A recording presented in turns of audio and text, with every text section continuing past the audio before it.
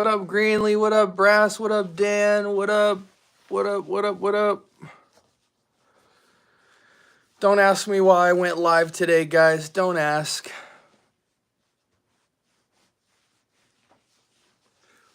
Oman Luxury Voyage. Tomorrow's scent of the day will be Narcotica Limonada. Beautiful. Move this a little bit closer. Don't want to step on my fragrances. Oh, shoot. There we go. Cool. Cool. Should we transition it like there? Yeah, probably. There we go. Beautiful. All right, gentlemen, what's up? Yo, SB, what up, C2? Silver Mountain water today. Beautiful, beautiful. Scent of the day for me.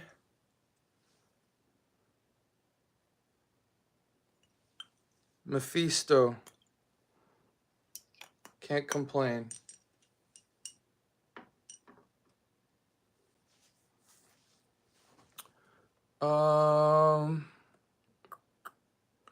Gucci Intense layered with Kate Alfreson. Wow, that's an interesting mix. A lot of people blend Kate Alfreson. You can't really wear it by itself. Scent of the day, Profondo. Beautiful. It's going to rain all day tomorrow. What scent do you recommend for a gray rainy day scent? Well, I mean, it really depends. You know, part of you wants to say in wet weather, you want to be fresh, you know? So if you want to be fresh, I think of things like Lin Sumi. I think of Grey Vetiver. I think of Aqua de Joe Eau de Parfum. I think of Lalique White. I think of, you know, Ex Nihilo Flor Nacartique. You know, stuff that's like really light and feathery, but some people like in wet weather to wear like sticky, loud fragrances that can carry through the wetness, you know? So in that case, you might wear like an Imagination or an Equus or an Unlimited or, you know, a collector's edition from Supremacy or a Cassius. I'm a light guy, you know? If it's raining, I want to smell like I'm dry and airy. That's my thing. Scent of the day, Argos Triumph of Bacchus. The Grand Cherokee, Argos of Bacchus. By the way, if anybody has any questions about the giveaway, feel free to ask. Do not ask me something that I explicitly answer in the giveaway video or on my YouTube short today, because I've already given all the instructions. If I think there's a solid question about the giveaway that I haven't answered, I'm more than happy to answer it for you. But if I've already answered it, I will refer you to the video I just dropped today on my shorts or on my video finals. Is this straight? Okay, straight enough. Which Rasasi Hawass, in your opinion, is your favorite? I don't have any, but been hearing a lot. I don't wear Rasasi Hawass. In fact, my giveaway is giving away one full bottle of Rasasi Hawass, a part of an assortment bundle. So somebody will win some Hawass. But a general rule of thumb is original Rasasi Hawass is the safest. Ice is the most versatile, but a lot of people do prefer the black, the elixir, and the fire or whatever. But I think those are less versatile. If you want the most versatile fragrance, it's ice, then original. Then the other two are kind of more flair character pieces. Sauvage, Swedish, you know.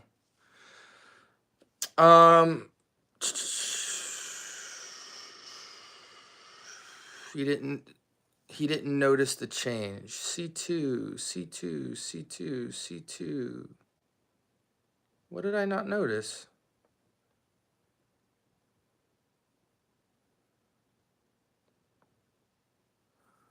Thoughts on Hawass Fire? Worth it over the year-round wear parties and night outs? I mean,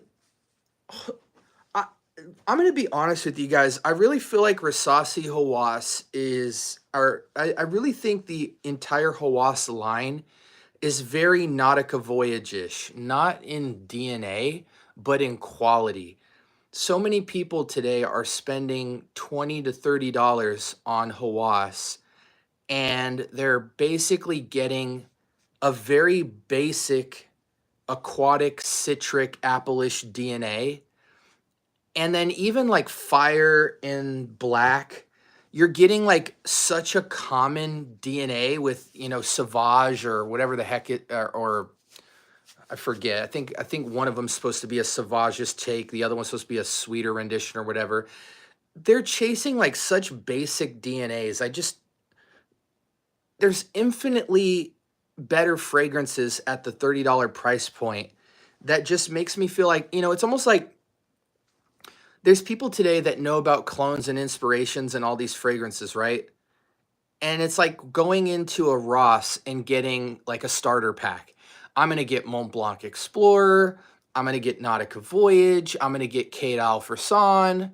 And it's like, bro, for that same price, there's so many fragrances on this shelf that severely outclass those fragrances that cost $30. So it's not a matter of the fragrances like bad or good. It's just, if you have $30, you really don't have to settle for good or great. You can get an awesome fragrance. So my gripe with fragrances like the Hawass line is just that they're great fragrances. I mean, that's why I'm giving it away, because I have no place for it in my collection. But it's like, you guys can, if you get to Hawass down the line, cool. But like, if you're wearing Hawass as a development to your collection, it just doesn't quite make sense unless you're getting it for free from a guy like me for a giveaway. Scent of the day, Versace Pour Homme, decent. You like Creed? Creed is okay. When it's good when it's good. Got to tune in on Wednesday, y'all. Absolutely. Wednesday, we're giving away to slot number 8, 9, and 10. And then on Friday, we are giving away to the 7th winner, 6th winner, 5th winner, 4th winner, 3rd, 2nd, and 1st. We have our grand prize winners right here.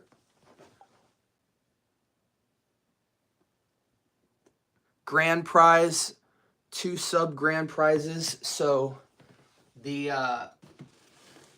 you know, the 3, 2, and 1 slot will be amazing. And then on the floor here, I have my giveaways for slot 4, 5, 6, 7, 8, 9, and 10. So gift 10, 9, and 8 will be given away on Wednesday. And then the remaining 7 will be given away on Friday. You guys know what it is. You guys have all tuned into the giveaway. It's going to be the biggest giveaway ever. We're giving away over 30 fragrances. All will be an assortment of niche designer, inspiration clones, and niche designer and clone fragrances. It'll all be a mix. C2, do you remember what your first fragrance was? Yeah, my first, well, let me say this. These 2 fragrances were among my first ever. Versace Dreamer. This is an original bottle from like the 2000s, early 2000s. Marc Jacobs by Marc Jacobs.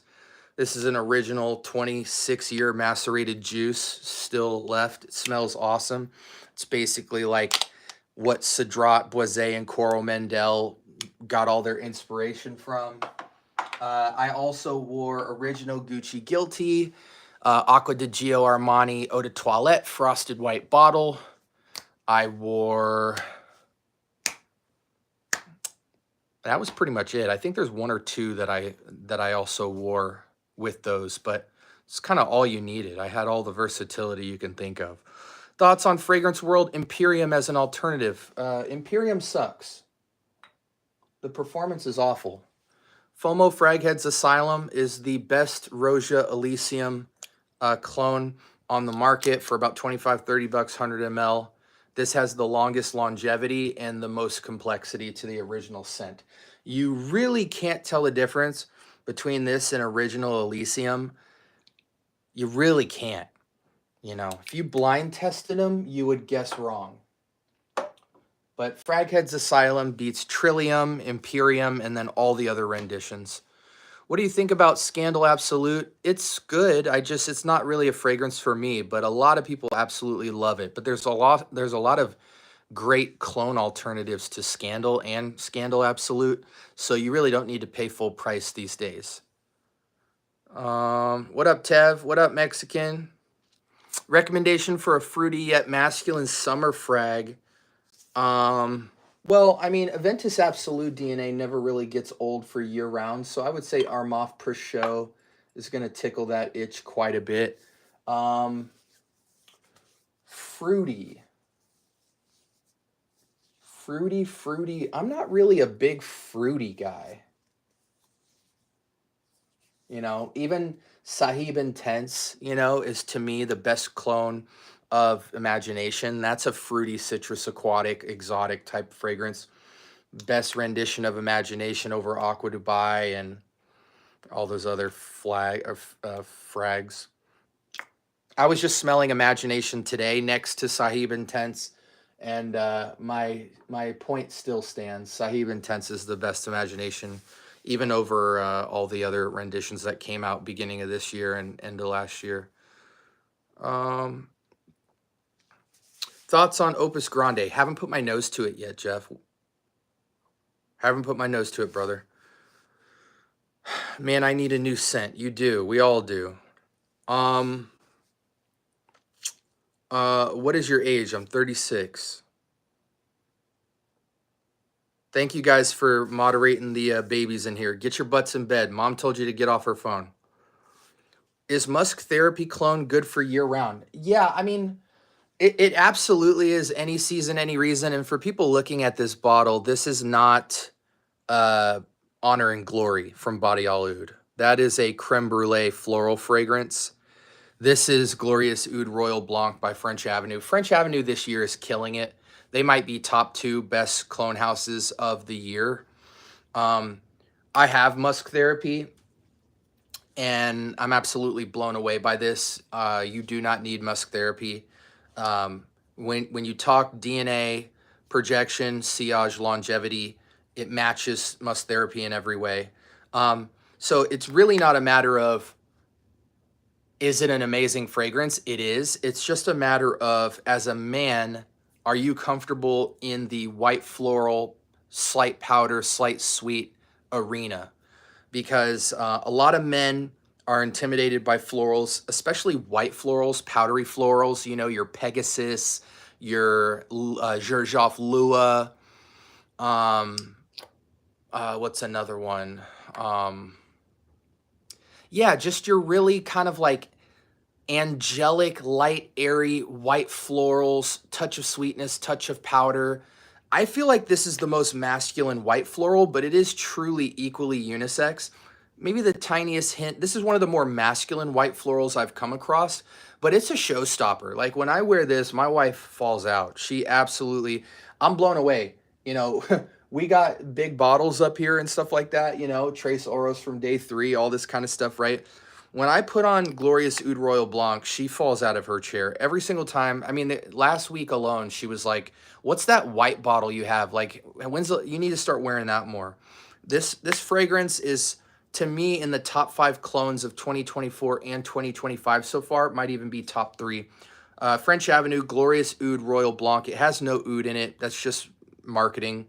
And it smokes the fragrance it looks like, which is Honor and Glory. It absolutely smokes that fragrance. But yeah, I think it absolutely is a year-round fragrance because it's dense enough to hold up in colder months, but in warm weather, it still has a light, airy freshness to it while still being like a strong projector. Thoughts on Afternoon Swim? To me, all the Louis Vuittons are the same. L'Immensité, Imagination, Afternoon Swim.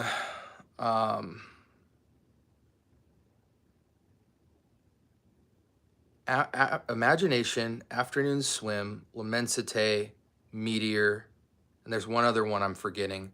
I think they're all the same. They're all kind of this variation. To me, the citrus and aquatic fruity basket medley fragrances can all be encompassed by Elysium, Tygar, and Imagination. Everything is an offshoot of that. And to me, my most masculine favorite to those is Elysium. So I only recommend Elysium and Elysium Clone, which is Fraghead's Asylum. To me, Tygar is good. I have the DNA with Tarathi Blue. And I have original Tygar in a decant over here just for clarification.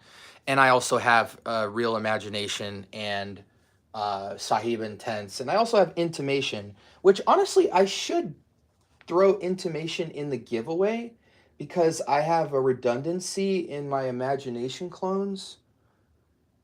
Do I have Intimation as a giveaway?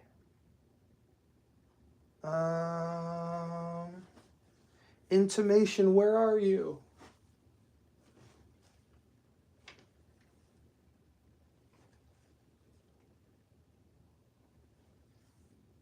I have Intimation somewhere. Like, we're even giving away Jean Lowe's Immortelle, which is a great Lamensite clone. I'm going to look for Intimation and see if I can throw it in the bundle, because that's another good rendition of Imagination. But yeah, again, like, if I had to choose between Imagination, Tygar, and Elysium, I would pick Elysium because it has a woody, ambery vetiver foundation, which takes all that as exotic aquatic medley and citrus medley and gives it some nuts. Tygar is too exotically fruity. Imagination is too exotically fruity, where it feels like a 15-year-old could wear Imagination. A 75-year-old man could wear Imagination, but I just feel like it's way overly playful for anybody over 40. Now, somebody like Fragrance Connoisseur, Charm City, he loves Imagination. So, you know, that guy is probably like, what, in his 40s, 50s? He rocks Imagination and loves it. So, you know, I'm just speaking to my perception. Now, granted, I don't know what his compliment factor is as a 40, 50-year-old man wearing Imagination. I would love to know, like, what age group is giving him the compliments. Maybe his wife gives him compliments. Who knows? But for me, I think Elysium is more sexy on a grown man. If you're under like 30, then I would tell you to get Imagination or Tygar because they're more in your age bracket and there's a sexiness to the playfulness. But those two just lack a maturity for me. They're complex scents, they smell amazing, but I love the rich masculine flair of Elysium. Is Dolce & Gabbana the one a good parfum or a good fragrance? It's a good fragrance, but again, it's extremely outdated. Some people will tell you it's timeless, but I guarantee you if they have more than 20 bottles, it's not a bottle they grab for often. It's basically the poor man's Azzaro Most Wanted by Night parfum. Not in terms of DNA, but in terms of like, it's like, why buy the one when you could buy Wanted by Night or Most Wanted Parfum or, you know, those are in the same wheelhouse. But yeah, I'm hanging out next weekend. I was wondering what should I wear for making out on the coach scenario, and also should I apply it differently? Oh, making out on the couch. I don't know what you have, Jigga, so I couldn't tell you. I recommend Armoff. Jigga, give me like 3-4 fragrances you think will work, and I'll tell you which one to wear. What do you think about Liquid Bruins so far? Liquid Bruins a great fragrance. It's too sweet for me, but I'm a minority. Most people will tell you that Liquid Brune is an incredible alternative to Altair. It's a little more sweet and heavy in the same way that Sauvage Elixir and like Lattafa's Assad is a great clone, but it's more of a twist because it's heavier on the vanillic DNA. Then and Elixir is a little bit more fresher, a little bit more peppery. But yeah, Altair is not a fragrance for me. I like my vanillas full of hot amber. So if I'm messing with vanilla, I'm messing with like Grand Soir. I was actually surprised. Cosmoratti Lyra shockingly reminds me of Trace Oros, which is like crazy. God, that's such a good fragrance. Oh my gosh. Hearts in the chat if you've tried Trace Oros from day 3. Matter of fact, one of the winners, which box is this? Okay, the grand prize winner who gets this box on Friday, one lucky winner will get this box. And this is, again, these are all kind of trying to mix a clone, a niche, and a designer fragrance, you know, kind of like a bundle in all these like gift sets. And they start at about a $75 to $80 value, and then they work their way down. So like in this grand prize box, which is like one of 3 grand prizes, the niche fragrance is not a niche fragrance, but it's a discovery set of day 3. So you get all 11 fragrances from the day 3 lineup as a discovery set, which is valued at $40. Then it has a brand new 150 mil of linen vetiver as the designer fragrance, and then Privé Illusion Intense, which is the clone fragrance of Dior Homme Intense, one of the best clones I have of Dior Homme Intense. So this one's a really good one, but say you wanted a full bottle as your niche winner, the second grand prize winner has the opportunity to get a Zaharoff fragrance, any 60 ml Zaharoff of their choosing. And then it comes with a decant bundle of about 10 decants ranging from niche to designer. And then a bottle of Latafa Assad full bottle. And so that's a mix of a niche, designer, and a clone. And then 8th place is smaller, obviously, because it's 8th, or not 8th place, 3rd place is a full bottle of Offna 9 p.m. as the clone. And then we go down in bottle size, but they'll get a Vetiver Sensual, a 5 mil, a 4 mil of Clive Christian, and then a 10 mil of CDMI. And then after that, there is every winner down from that will get either a clone or a designer fragrance with a niche decant and a clone decant under it. So like this one is so like this bundle, I haven't packed it yet, is going to be a 50 ml of Halloween Man, and then a 30 ml of Sea Salt and Fig.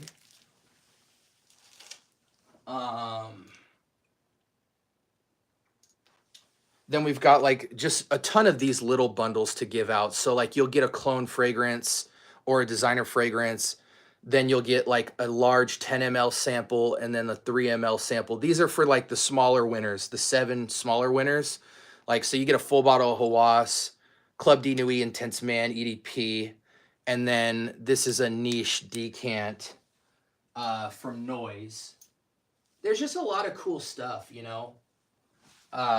I'm excited to do it though. It's gonna be awesome. And this is gonna be a regular thing. So when we hit 3K, we'll try to spin the block and do another 30 fragrances.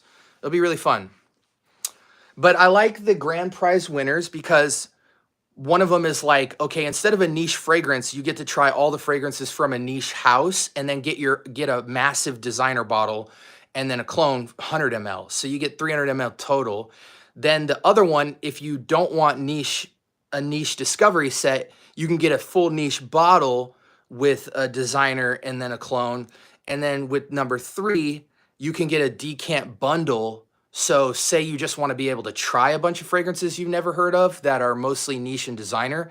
The decant bundle comes with like a bunch of 10 mLs and 5 mLs of like a bunch of stuff you never heard of that's niche and designer. And you get your own designer bottle. So it's just cool, man. I'm excited to have you guys jump in. Let's see. I really want to pick up a new summer fragrance. I like green apple. What do you recommend? Instead of green apple, I would go with red apple and go with Lacoste Style and Play. It's a red bottle, and they use red apple instead of green apple, so you'll still have an apple feel, like a tart apple feel, but it's way sexier of a sporty fragrance. You go green apple, you kind of have to stay in the Risasi Hawass, Nautica Voyage, Invictus Aqua type of DNA, and those just smell too typical for me. L'Immensité is just overpriced.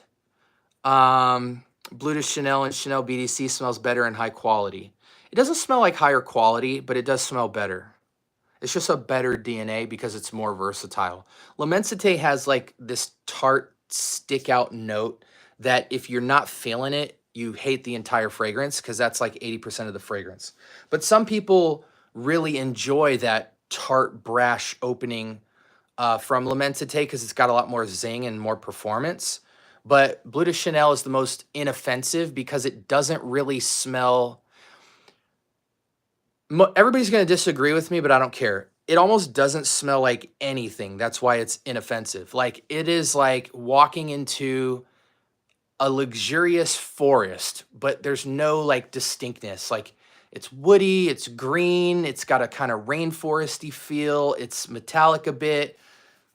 And because of that, it's like no offensive notes to even have a problem with, because there is no distinct like cherry or apple, or, you know, it's just like adjective attributes. Like, it's green, it's earthy, it's classy, it's, you know, but, you know, Bleu de, if you compare anything with Bleu de Chanel's not a good fragrance to compare to anything, because it's always going to beat out 99% of any fragrance you put in front of it. It is the most purchased versatile fragrance. It's like there's some fragrances you can't really compare. It's not worth it. You can't compare Bleu de Chanel to Acqua di Gio Profumo. They're both some of the highest, most versatile sold scents, period. You can't really compare Aventus Absolu and Bleu de Chanel. You could say Bleu de Chanel is more versatile, but then you could say Aventus Absolu is more mature and more expensive smelling. Like, but either argument doesn't make sense, because anyone who owns Absolu or Profumo or Bleu de Chanel or even Sauvage or Sauvage Elixir wears it year round for multiple occasions as a versatile fragrance. So saying like, oh, this fragrance, Bleu de Chanel is better, it's like, well, obviously, because it's better than almost everything in its class. Do you think a $40 discovery set from day 3 would be a good purchase for me? Plus you get the $40 coupon. You know the answer to that.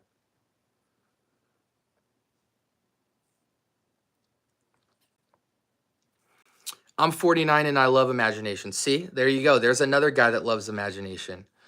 But yeah, if I'm just telling you right now, this is going to sound so arrogant, but I don't care, because I don't take myself that serious. I don't care how old you are. So I'm 36, right?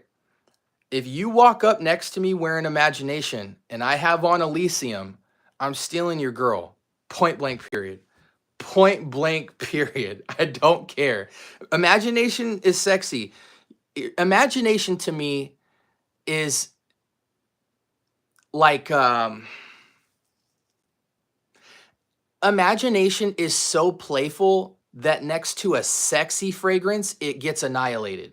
But against any other like style of fragrance, it's like the super senior. It's the fragrance that, because it smells so expensive and it's so versatile and it's fruity, it's an easy to love, and it smells really expensive. It's an easy to love. Where's my...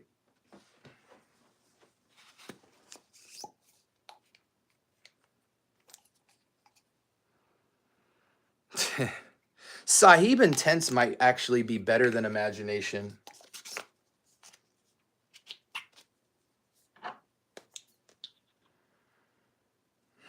It's close. Golly, it's so close. Yeah, you put Imagination next to Elysium, I'm taking your girl. I have Aqua Dubai. It's an okay fragrance. It's supposed to be an Imagination clone. Yeah, Aqua Dubai is like maybe the top 3 but it's not the best. Prada Black is good. Which Jean Paul Gaultier is the best? Le Male Elixir, but that's completely my opinion. You line up 100 people that love Jean Paul Gaultier in a room, they will all say they love a different fragrance. They all have a case to be made for them. SB, can you share 1 to 2 of your most complimented fragrances? I Guys, I am not throwing smoke out there, but I get a lot of compliments with my fragrances because people know me for fragrances. So me telling you what I get a lot of compliments on is not really a good baseline for knowing like, oh, well, I should buy that because SB said he gets a lot of compliments. People know me for fragrance, and so people acknowledge when I have a fragrance on all the time and say things like, oh, you smell great today. Doesn't really mean anything for you guys. But one fragrance I've been getting a lot of compliments on recently, not of all time. I don't like doing all time. It's such a dumb way to look at fragrance. So I like to talk about like stuff that's, I wear a new fragrance almost every single day. That's another thing to put into perspective. So I couldn't even tell you like Aventus got me the most compliments ever because it'll take me 4 or 5 months before I get back to even wearing Aventus a second time. But when I'm reviewing a fragrance, I do wear it a couple of days back to back just so that my review is as well-rounded as I can give you as far as the wearing experience. But this Day 3 Trace Oros is easily one of the sexiest fragrances right now, and I'm getting a lot of compliments on this fragrance. I'm getting a lot of compliments. I'm not even a gourmand guy, but Day 3 has really annihilated the scene in terms of highly signature, one-of-one style DNAs of like just very sexy entry-level gourmand fragrances. It is extremely sexy. I'm getting a ton of compliments on that fragrance right now. Believe it or not, around the office when I'm suited up, Lin Sumi is getting a lot of great compliments right now. Every time I walk into the office, people will mention, it doesn't matter if I'm seeing a client comes into the office, I'm with the wifey, I'm out and about. This just has such a sexy, timeless tart to its greenness.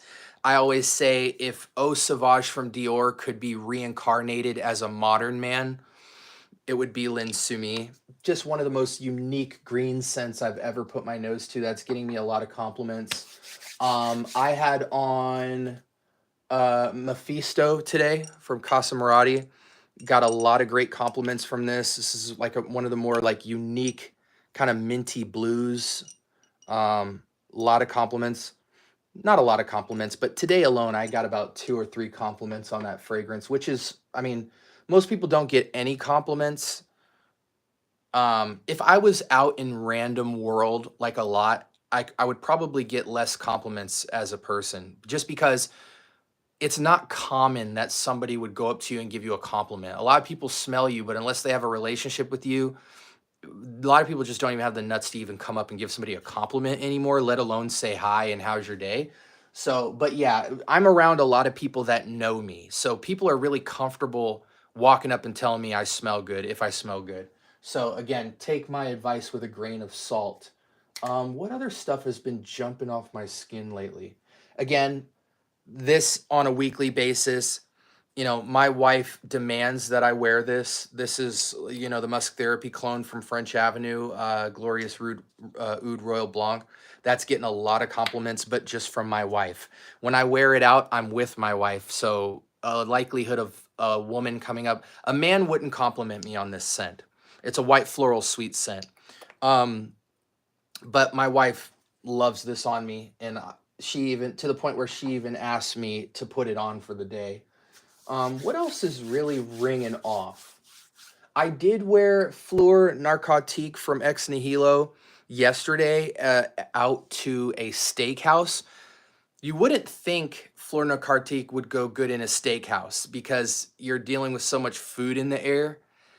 You might want to wear something more like Aventus, but I don't like when foods compete with each other. So I typically try to go with like a really luxurious, fresh scent in a steakhouse. so it can kind of cut through, where it's like you smell all this thick grease and steak and French fries and steamed vegetables and all this. And then when you come up to me and talk to me, it's kind of like a breath of fresh air, like just a real light, airy floral type thing. So Fleur Narcotique from Ex Nihilo was getting me some serious compliments when I went to the steakhouse yesterday. Yeah, those are some that are working real well for me right now. Um, Game of Spades, Full House. To me, Full House from Game of Spades and Aqua Dubai are on the same level. I think Sahib Intense murders those fragrances. I'm 46. All ages love Aqua Dubai and Imagination. I love Elysium. You can smell the quality in it. Yeah, I mean, again, you guys know my opinion as far as like me saying Elysium is sexier than Imagination and Tygar, but that's my opinion. And I'm backing it up just by saying Imagination doesn't have as much of a woody, ambery, vetiver base. So it lacks like manly scent facets that masculine fragrances like that are in like 80% of masculine fragrances. Like more than 80% of masculine fragrances have some form of a woody base. And amber and vetiver ramp up the woods to give it a much different character. You won't find that in Imagination. You won't find that in Tygar. You get more of these like almost light florally dressed exotic fruit citrus baskety experiences. They're very high quality, but it's just as a man for my personality, not masculine enough for me. I wouldn't buy the fragrances. But to me, the holy grail of citrus aquatics and citrus exotics and citrus florals, the holy trinity of that style is Tygar, Elysium, and Imagination. So if you prefer Imagination or Tygar over Elysium, cool, but that's where I stand. If I'm ever pointing a 30-plus-year-old individual towards a citrus exotic aquatic, out of the three, I'm always going to push them to Elysium because, again, the fragrance just has a little more nuts to it for my taste. But, again, I still respect Tygar and Imagination for what they do. It's just they're outclassed, in my opinion. Do you like Viking from Creed? Not really, surprisingly. You would think I would because it's kind of like this modern, unique fougere kind of take. But I prefer Bois de Portugal from Creed as um, a better timeless fougere. Now, Bois de Portugal was made in like 1987, so it's more of a classic fougere, but there's a timelessness to it. It's kind of like the all-time quarterback of fougere fragrances. But because of that, like I lean on Bois de Portugal as being superior to Viking by a long shot. I'm holding this fragrance because this is a great designer level clone of Bois de Portugal, but I do have Bois de Portugal in a decant over in my decants basket. So I'm very familiar with that scent. I probably smelled that fragrance like 2 or 3 times this month. But that's if you're asking me about fougères from Creed. You know what I'm saying? Portugal outclasses it. But even just in terms of like a robust, manly fragrance, I even think Royal Oud smokes Viking. But Viking has a freshness and a more modernness on a fougeriness. It's clean. It's a clean scent, almost a soapiness to it.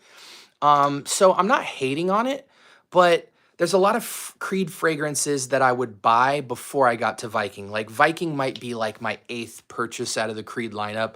I would get Aventus Absolute. I would get Aventus Cologne. I would get Millesime Imperial. I would get Green Irish Tweed. I would get Silver Mountain Water. I would get Virgin Island Water.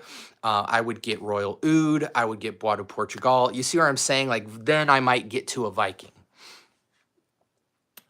I have Liquid Brune, and I think I'm supposed to like it, but I don't know why I just don't. It's probably too vanillic for you, you know? I don't like Liquid Brune, but I'm not going to tell people not to get Liquid Brune because when you search for the best Altair rendition, Liquid Brune will not only come up, but it is the most sold Altair rendition out there. Like it is almost at the point of selling at levels of Club de Nuit Intense Man.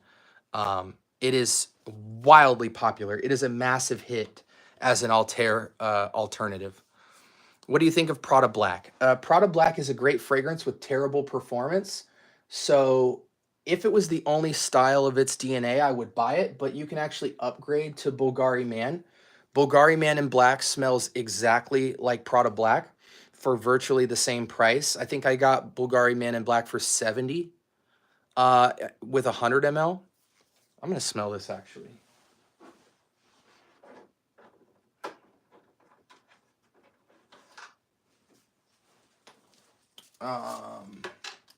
Let's see. This fragrance is so sexy. I bought this in front of Tygar. Couldn't believe it. I was going to buy Tygar. And I was like, let me try that little line. They had this one, the green bottle, and the other one. And this one just jumped to me. God, that's so sexy, man. Black tie affair. Still get your little bit of sweet, patchouli. I think there's even cacao.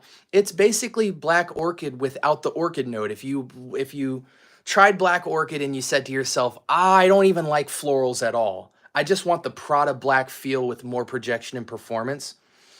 Gosh dang it, man. If I'm wearing a suit and tie with this, it's game over anywhere I go.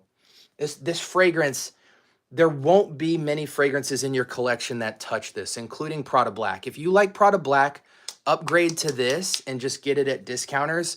This outclasses Prada Black by miles, just in projection and complexity alone. But again, to me, the final boss upgrade from Man in Black is obviously Tom Ford Black Orchid. But a lot of guys can't handle the orchid note. But the orchid note is sexy, guys. Women love it. Prada Black and Bulgari Man in Black kind of is like suit and tie serious with the tiniest little bit of powdery velvety sweetness. The orchid note really like has more character. It's like, yo, anybody who's smelled Black Orchid knows like it's a jump out fragrance. You put it on, the sillage trail is insane. The push is like 6 feet. But you're going to smell a little florally. But I think what balances Tom Ford Black Orchid EDP out is the big earthy patchouli base, the big earthy cacao base, Mexican chocolate, I believe. But man, Bulgari Man in Black is the safest upgrade to Prada Black. And I think I got this. I don't even want to say this was brand new. I want to say I bought a 100 ml tester for 70 bucks. It was a full bottle when I got it.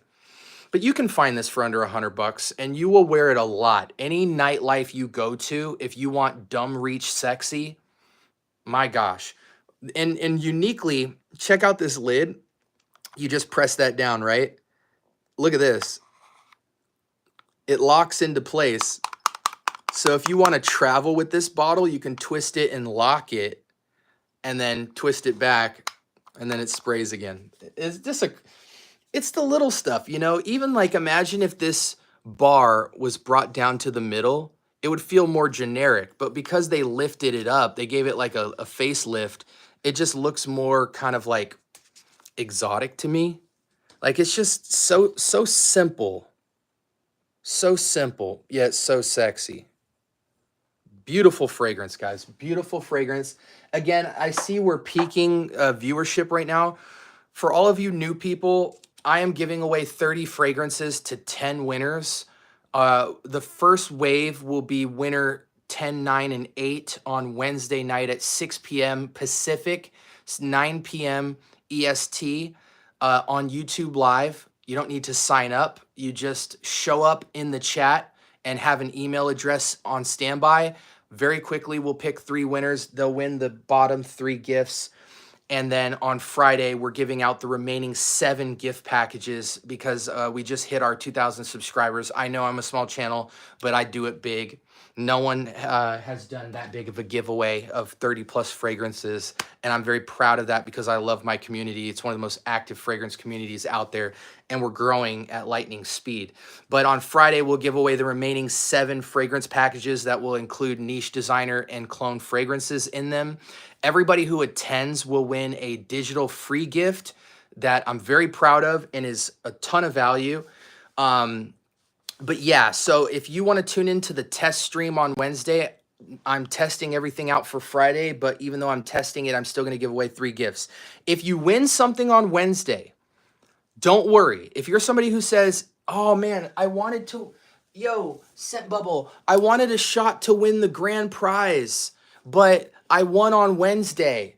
Don't worry, man. If you win on Wednesday and then you win on Friday, you can trade in your lower gift for a grand prize gift if you're selected. There's 3 grand prize gifts. So if you win twice, you can give away your last gift, take one of the grand prize gifts, and then I will give your lower end gift away to somebody else in the chat. So it's good to tune in twice, because at least then if you win, you guarantee that you at least won in case you don't get your name drawn when we spin the block. But it's going to be awesome. There's a video I just dropped, a long form video called How to Enter Giveaway. And then I also did a YouTube short today explaining how to get in. Don't ask me any questions about the giveaway. It's all on those videos. Do you like Versace Oud Noir? I haven't tried it. I was thinking maybe Mind Games, Double Attack, Valentino, Uomo Intense, Blue de Chanel Parfum, Coral Fantasy. So you're 13 with a girl, so Double Attack would be crazy. Uomo would be good. Blue de Chanel would be too much for your age with a girl. Altair would be too sweet. Coral Fantasy would be too F-boy. Uomo Intense is going to be your money fragrance. It's super fresh and inoffensive, but it's still got a little bit of sweetness for sexiness, and it's got some nice florals in there that she can. It's a cozy fragrance. Where did you see Prada for 40? I don't remember where I said Prada for 40. Hopefully somebody in the chat can help him out. But Fragrance by CA, Joma Shop. If you just Google Prada Black, one of those sites will come up. But Fragrance by CA probably has the lowest Prada Black price. Also, just bought Aromatics Royal Tobacco. Can't wait to smell that one. Nice, nice. Yeah, Aromatics is a good dude, man. I got to get him on the channel soon. How can I buy your stuff? You can't buy anything from me. My giveaway is going to be free. I don't sell fragrances. I'm not endorsed by anybody. If I get fragrances, it's because I get fragrances. You know what I'm saying? Nobody tells me what to do or how to talk about fragrances. When people ask me about fragrances, they buy them because they trust what I say. But I don't make, even Day 3, you know, the perfumer from Day 3 lives down the street. I'm actually taking my brother to the newly opened Day 3 boutique on Friday. And, you know, Day 3 follows me on Instagram because we just made a good relationship when I went there. And I fully support their entire line. But I have no incentivized, I don't make a dime from that. And it keeps it real. I can keep it 100% real with you guys when I review fragrances because I don't sell them. And I don't need the money from the YouTube channel. I make money on my YouTube channel from the viewership, obviously, because like everybody, I can monetize my channel. But I don't make a dime from fragrances. So my recommendations are authentic. I can tell you when something sucks. I can tell you when it's great. And I could try a lot of great fragrances. In the future, if somebody sends me a bottle, I'll tell you, but I won't accept the fragrance unless the company is fine with me potentially telling you not to even buy it. But so far that hasn't happened. I haven't needed to. Even when we took the tour of Ex Nihilo in Hollywood, we just off the love made that video talking about our experience in Hollywood. And she fully decked us out. I mean, she closed the building down, gave us champagne, hors d'oeuvres, and gave us a private tour of the entire Ex Nihilo house in Hollywood. And I'm a nobody. Shout outs to Esteban for setting that up. Shout outs to Kix for coming with me. They're all on the video if you guys want to see how that was. But, you know, we talked up Ex Nihilo because we had an incredible experience there. We didn't get no... we got royal treatment, but we didn't get like free bottles or something like that and be told that she didn't even ask us to speak about it. But she was like, if you want to come in here when I give you the private tour, if you want to go live and show your subscribers the experience you have, she was chill. Like, it was amazing, you know, and that's why we go back. Dolce & Gabbana Light Blue Intense, really good fragrance.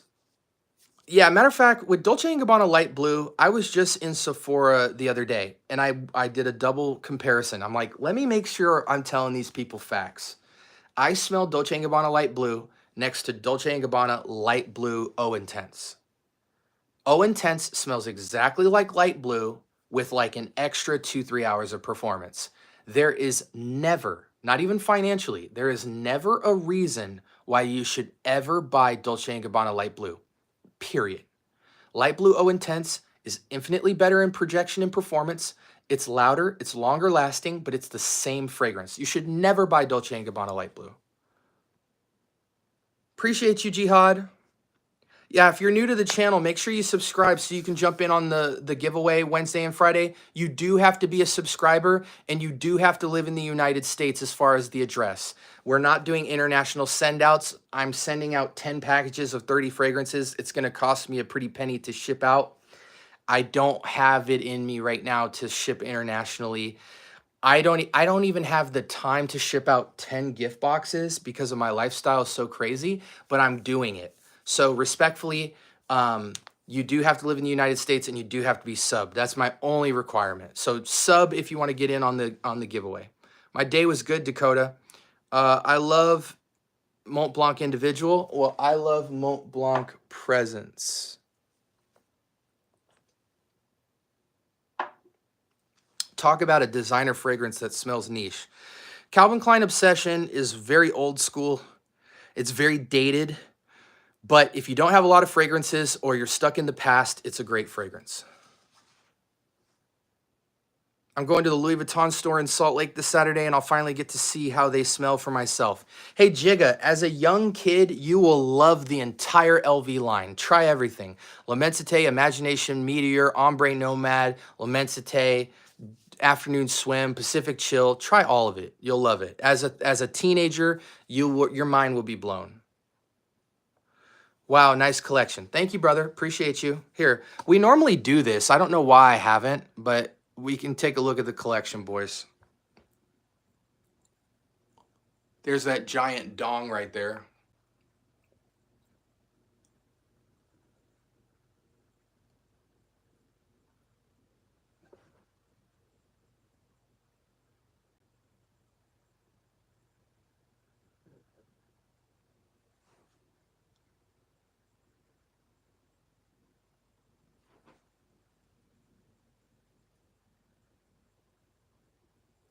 A little something, something for you guys.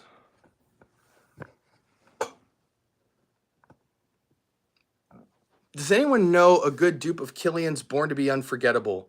No.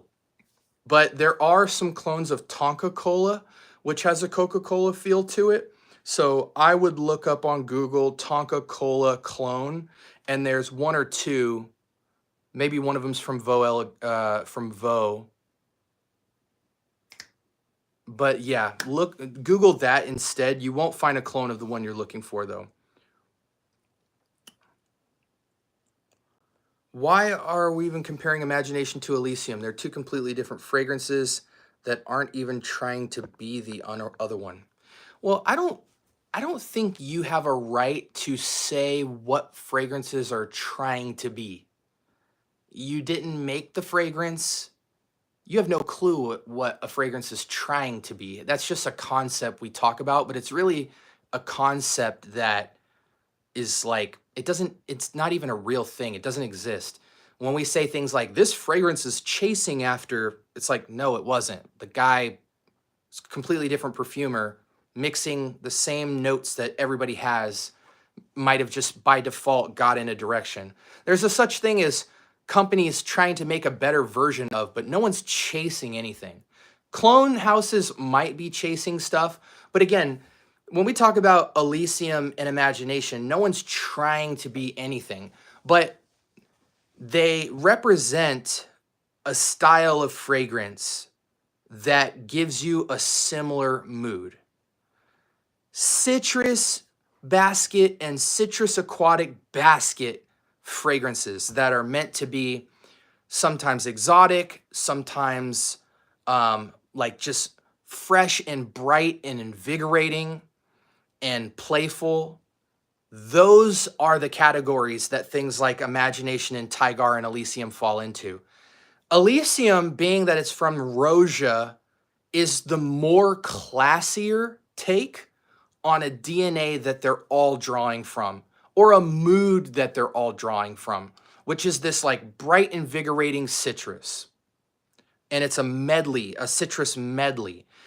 And the way Imagination chooses to dress up that citrus and floral is slightly different, but similar mood as how Tygar does it. And to me, Elysium is what happens if you take what Tygar and Imagination did and you made it more expensive, more masculine, and more luxurious. But that's an opinion. Again, I think all three of them, from a top and heart standpoint, are going in the same mood and vibe. But if you don't feel that way, you know, there's a reason why you wouldn't understand, because you're not the person speaking, right? Everybody in this channel has a different brain. And since this channel is a reflection of my brain, there's going to be many things you don't understand. And that's okay. The beautiful thing about FragCom is we can all stand on our own 2 feet about how we feel about fragrance. And it doesn't have to be an offensive thing when somebody feels something that you don't. That's one thing that like is important to highlight, is that when you strongly disagree with somebody else's thoughts in fragrance in this example, it doesn't necessarily mean that you're right, doesn't necessarily mean that you're wrong, and it also doesn't necessarily mean that it's something you have to fight for, because we're talking about art, we're talking about bias, we're rarely talking about science and black and whiteness. But I mean, if you want to debate me on it, we could give it a minute, you know, maybe like a 1-sentence back and forth, but it is what it is. I love everybody involved in FragCom. Like, you can't piss me off in FragCom. You can't put me off my rocker. I'm just a passionate guy about fragrance, so I'm always going to have something to say about something if I think there's value in it, and that's where I feel the value is that so many people chase Tygar or clones of Tygar. So many people chase Imagination or clones of Imagination, more than the entire LV line. So many people chase Elysium and that DNA. Like, if you look in FragCom right now, it is just a freaking fact that Tygar has like 5 clones, Elysium has like 10 clones, and Imagination, because Louis Vuitton Imagination is top 3 most searched terms in Google right now and in YouTube, Imagination has like 15 clones. So in the citrus basket category, those 3 are some of the most talked about. And you see that in how many renditions that get constantly printed of those DNAs. To me, when I look at them all, they can all be summed up into one clone fragrance, and that's this right here. And that's my take. I have Tygar, I have Imagination, I have Elysium. I also have 3 Imagination clones, 2 Tygar clones, and 3 Elysium clones. I think I have dang near expertise on this subject at this point. But even then, it's my opinion. But my opinion is slightly above the average person in that I've not only smelled all the OGs, but I have all the OGs, and I have all the clones that I'm talking about. I could pull them up and just smell them right here and tell you. And I've done it because so many people come in here all the time and ask about Tygar and Elysium and Imagination. So this conversation in a lot of ways is like way expired, but I'm happy to go into it. Good job, C2. Hit up those brands, bro.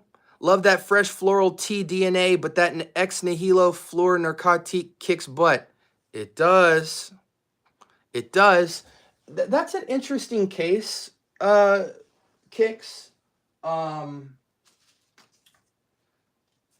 That's an interesting take. I actually never thought to view these two, Fleur Narcotique, next to something like Glorious Oud Royal Blanc.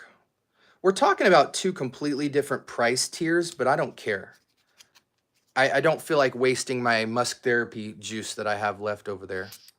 But let's see how I feel about both of them. Because these both fall into a white floral category. Fleur Narcotique dresses it up with a lot more coloration in the florals, but they are floral, bright, unisex fragrances.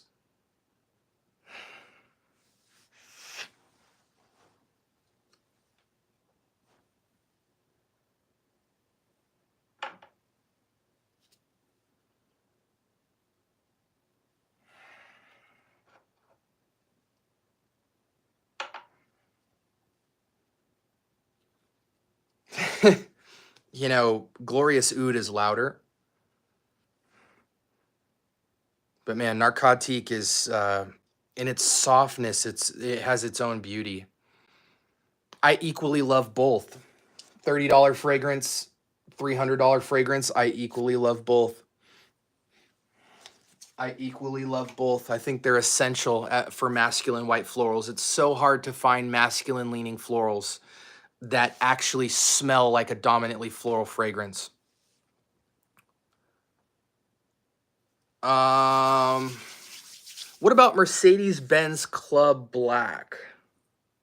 It's a great designer fragrance as a starter. Once you upgrade from that kind of ambery vanillic, there's the sky opens up once you go into niche for that DNA. But in the designer level, Mercedes-Benz Club Black is a very good go-to sexy date night fragrance. In the designer realm, I typically prefer like a Gentleman Reserve Privé for my like sexy date night killer fragrance, but Mercedes-Benz kicks butt too. I had to pop my ears. I was just in like 8,000 feet of elevation, so, you know, I'm a little brain dead still. Scent Bubble, you ever tried Bavaria Man? I have not, buddy. Have not. Bois de Portugal smells a little to date. I'm assuming you meant dated. In my opinion, I prefer MFK masculine plural for a barbershop fougere, especially for someone under 30. Well, you know, MFK has the ability to make really robust projective fragrances that still what I call dance on skin, you know, Aaron Terrence Hughes style. So a lot of people like certain scents, but the way a house does them feels it's not in their comfort when it comes to weight. Like certain fragrances have a weight. Like if you're messing with Ex Nihilo, for instance, their fragrances all have a very light airiness to them. It almost feels like they're all eau de toilettes at first because you're not used to putting 10 to 12 sprays of a super niche, light, airy, expensive raw material fragrance on. But you'll notice that you still get at least 6 to 8 hours of performance. It's just some lean on the 6, and they're not loud. They're not trying to be. With MFK, granted they have some heavy fragrances. You know, Oud Satin Mood, Oud Silk Mood, very heavy. Baccarat Rouge. No, Baccarat Rouge has an airiness to it. It is heavy though, if you get the extrait. But like when you look at like Aqua Media, Silk Mood, Amorous, Gentle Fluidity, all that stuff, like they just have a beautiful lightness to them. And that lightness to me is what makes, if you approach a fougere, there's different aspects of fougere too. You have your barbershop fougere, you have your floral fougere, you have your green fougere, you have your spices fougere, and then you have everything in between that tries to mix those concepts. Bois de Portugal falls on the barbershop, peppery, you know, spiced, woody, heavy fragrance. So that alone kind of like throws it into a classic fougere category. But it's timeless because the perfumery is so expensive and luxurious that there's even a lightness to that, which makes it, put it this way, if I never smelled Bois de Portugal before, I would think it was made in the mid 2000s. I would never guess that it was made in 1987. That's what we mean when we refer to Bois de Portugal as a timeless fougere, because the airiness of it, the raw materials, the blend, the balance, still has an airiness, even though it's still quite pungent and peppery and woody. But fragrances like, for instance, Mercedes-Benz Intense, which takes that same DNA and makes it even more fresher and less woody, make a more modern fragrance. And MFK similarly, when they go in they're not more of a woody gentleman in my experience with MFK. I've probably smelled about 10 MFK fragrances, and I do so every month or so. They have a gentle airiness, and they're not always going in the classic fougere category. They're going more like classic clean gentlemanliness in some of their fragrances. And because of that, plus the nature of the brand and how they blend, you get the light airiness, and the fact that it's not a lot of stick out classic fougeriness to it, just cleanness, will make for a more ageless fragrance, in my opinion. I love Black Orchid EDP. It was my first Tom Ford and still replace it every time over. It's such a good dressy scent. You know, I'm a big fan of Black Orchid. Black Orchid, when I first smelled it, it was not love at first scent for me. I had to work my way into it. I actually went in a weird direction. I wore Prada Black and hated it because the performance was gone after like an hour.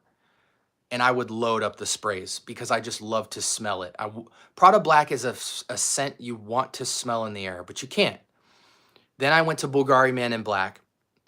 And by the time I got to Bulgari Man in Black, that made me go back to Black Orchid and be like, okay, Black Orchid is Man in Black, but so much more signature.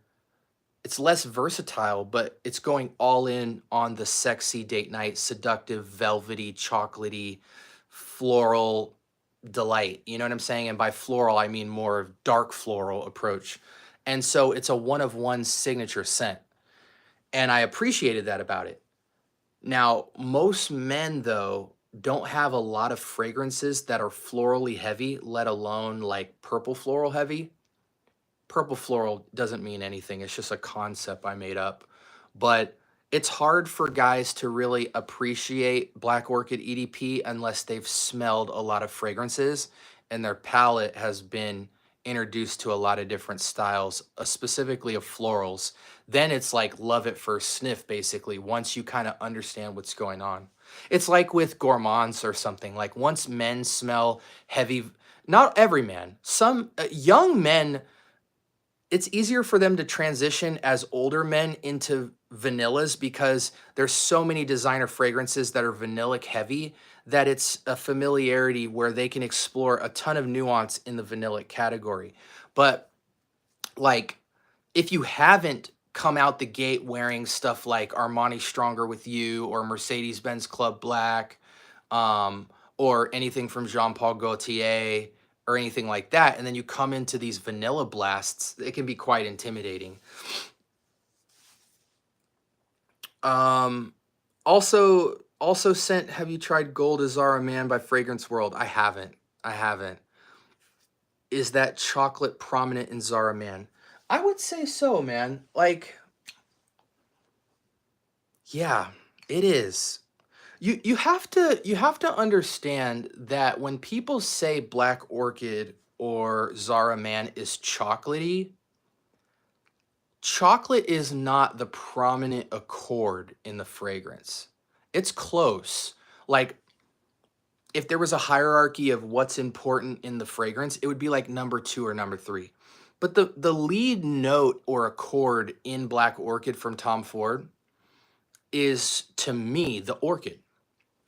Everything is wrapped in this powdery, slightly powdery, velvety, rich orchid. It's got this sweetness. It's almost, the orchid almost acts like a more beautiful iris. And then hugging really close inside of that blanket, you get these standout notes of like cacao, or it might be Mexican chocolate. I think there's a difference between what kind of chocolate note is in Black Orchid versus what they used in Zara Man. I think one is Mexican chocolate or cacao, and then the other one might be a white chocolate even or something. But you do get the texture of a chocolate bar basically. And it's more of an earthy chocolate. Like, you know, when you go to like Sprouts or Whole Foods and you find the chocolate that says like, you know, 90% milk chocolate or like 80% cacao, or blackout, which is like all cacao. Cacao is what's used to make chocolate, and then they put sugar and milk or whatever the heck they do to get it to be a sweet chocolate bar. But basic chocolate by itself is very earthy and dense. And a lot of times it's peppery because they mix chili and stuff like that into it. So it's almost like the sweetness is coming from the floral, but then you get this rich chocolatey texture of like a 80 or 90% cacao rich chocolate bar that's not super sweet, but then it kind of mimics a chocolate bar because the orchid is so sweet and powdery that it does kind of take you in a chocolatey-esque direction. But I wouldn't say chocolate is the prominent. It has the texture of chocolate, a slight bit of chocolate, but it's mostly a orchid fragrance with heavy patchouli. I'm gonna get some chapstick. One sec, guys.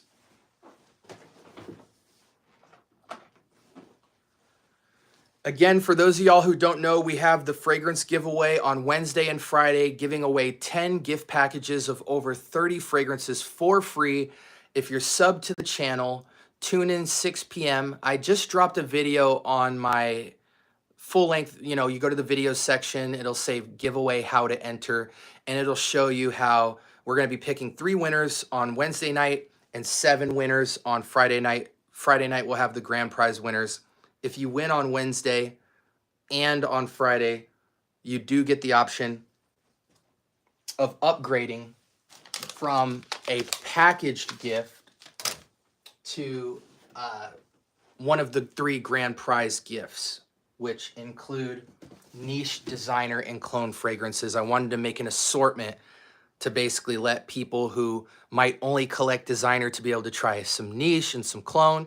People who only do clones get a chance to try some designer and niche. Just a really good way to get into fragrance. My friend was talking about it. I have Stronger With You, Intensely, and Azzaro Most Wanted. Which one do you recommend to keep? I'm selling one. I think Azzaro Most Wanted is going to be more versatile because there's a little bit of a dark richness. It's not just an all sweet fragrance. Whereas Azzaro Stronger With You, I think you mean, Stronger With You is Armani. Stronger With You Armani, I think, is like a sweeter, chestnutty, date night kind of romantic vibe, but it kind of stays there. There's no edginess to it.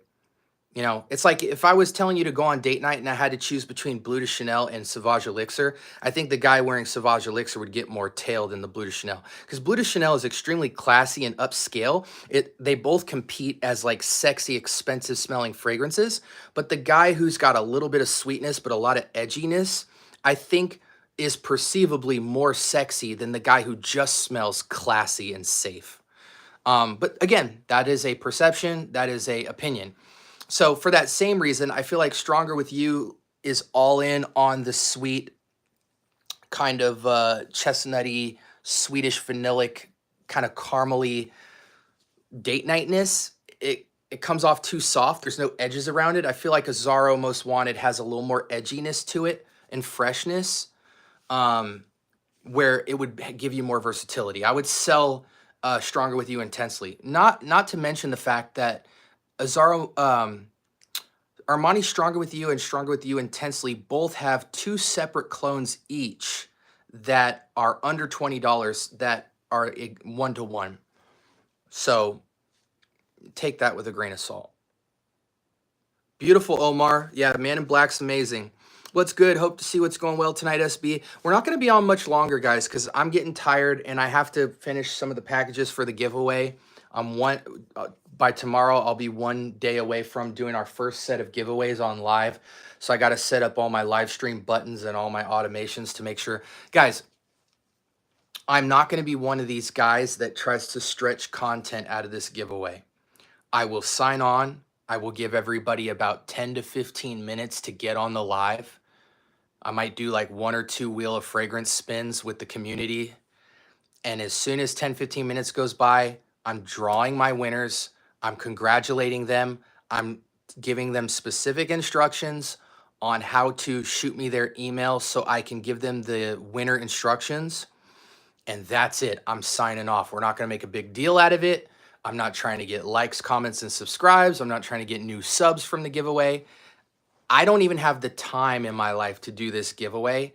I just want to show my subscribers and supporters how much I appreciate them.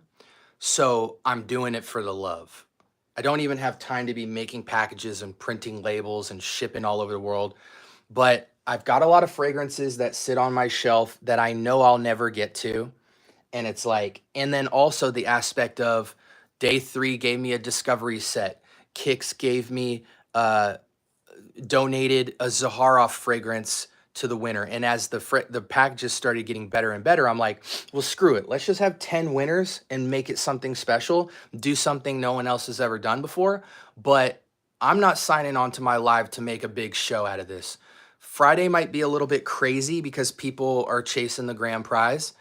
But when we go live Wednesday, I'm signing on. I won't be live for more than like 30 minutes, and I'm signing off. Picking our winners, test running the stream, boom. And even on Friday, we're not making the stream more than like an hour, to be honest. Unless the viewership is so insane that we want to just continue a Q&A, we'll do that. But by then, the winners can leave if they want. And if you're not in the live, subscribed, and online when I select the winners, you will not win because you have to respond to me with your email within 10 minutes of winning, or your gift gets given away to another spin. So don't be one of these people that tunes into the live and just turns it on mute. You will not be entered into the contest. You have to type something in chat to get into the giveaway.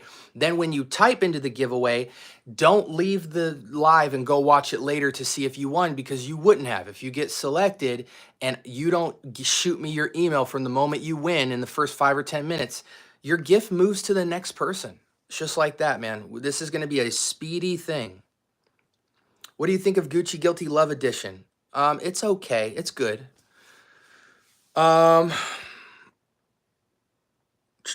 Scent, do you like Cartier Declaration EDT? I do like Declaration, but I prefer Chanel Coromandel as a sexier scent. But Cartier Declaration, some people would say, is a timeless scent. I think it's about as timeless as Bois de Portugal. Like, it punches several years past when it was created. But fragrances like Coromandel outclass it any day of the week. And it's the same, similar DNA. What's your favorite 1 million? All 1 millions are the same to me. You know, it's like asking me what's the best Givenchy. Like, obviously, I would say Privé, Boisé, Society, but they're all good. I wouldn't say one is bad. Royal, Lucky, Elixir, they're all good. You know, some people prefer Royal, some people prefer Lucky, but people prefer some of the others as well. I'm not a 1 million guy. I have 1 million Parfum, I think. I have 1 million Parfum laying around here. Instant Crush, Layton, Spice Bomb. I know I have a travel spray of it laying around. And I know 1 million is somewhere. Here we go. So I have 1 million. Do I still have some juice left? Yeah, look, I have a little bit of 1 million. 1 million is too sweet for me, but a lot of younger men, people hate when I say younger men only. Oh, I wear it too. I rarely see grown men wearing 1 million, but I rarely see grown men wearing fragrance. So I guess that opinion doesn't mean much. But 1 million, This is 1 million eau de toilette. Just the basic. I mean, it's sexy, it's sweet, it's rich. It has a sexiness to it, you know? I'm not gonna lie. But I think 1 million is a fragrance where you have to bust it out like twice a month. If this is like your go-to nightlife and date night fragrance, you're gonna get generic really fast. I don't care if you have Royal, Lucky, any of those on. Same thing with like Lamal Elixir, any of that style.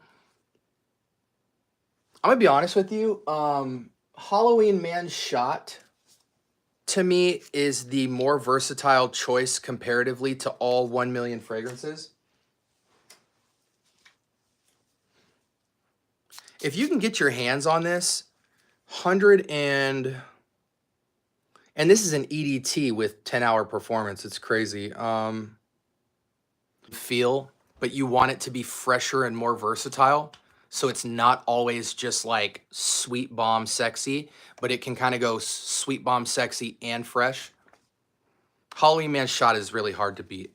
Really hard to beat these days. I don't know why Cora doesn't or Quorum doesn't last. It's weak.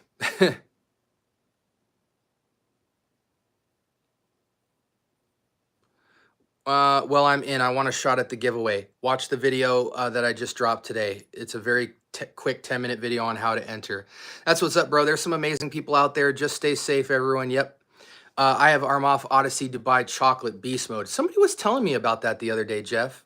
And thank you so much for your subscription. Just give me a week, man. You'll know in 1 week whether or not you like this channel or not. We drop episodes every single day. There's more than 10 pieces of content that drops every week. So if you're into fragrance, I'll always put your nose to stuff you never smelled before. Take care, Jay. Okay, what do you think about Allure Homme Sport Eau Extreme?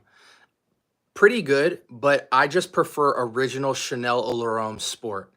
Yalman Lale makes an insanely good Chanel Allure Homme Sport for like 40 bucks for I think 100 ml, and it's exceptional.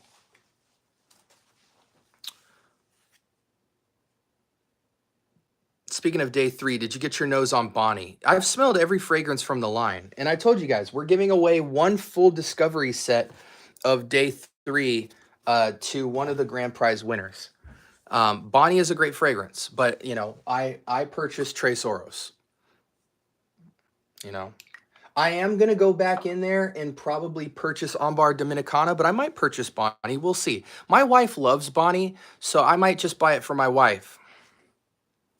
I paid for Tres Oros 115. It retails for 155, but because I bought the discovery set, they gave me $40 off of the bottle purchase. So I always recommend to everybody, don't buy a day 3 fragrance off bat for 155, even though that's an incredible price for such high tier niche quality fragrance. Buy the discovery set. When you buy the discovery set, you will automatically in your email get a $40 voucher and apply that to your fragrance. So yes, in the end, you still wind up paying full price for the bottle. So don't say like, SB, that's still 155, obviously. But you get a free discovery set. So for buying 1 fragrance, you get to get 2 mLs of the entire line for free.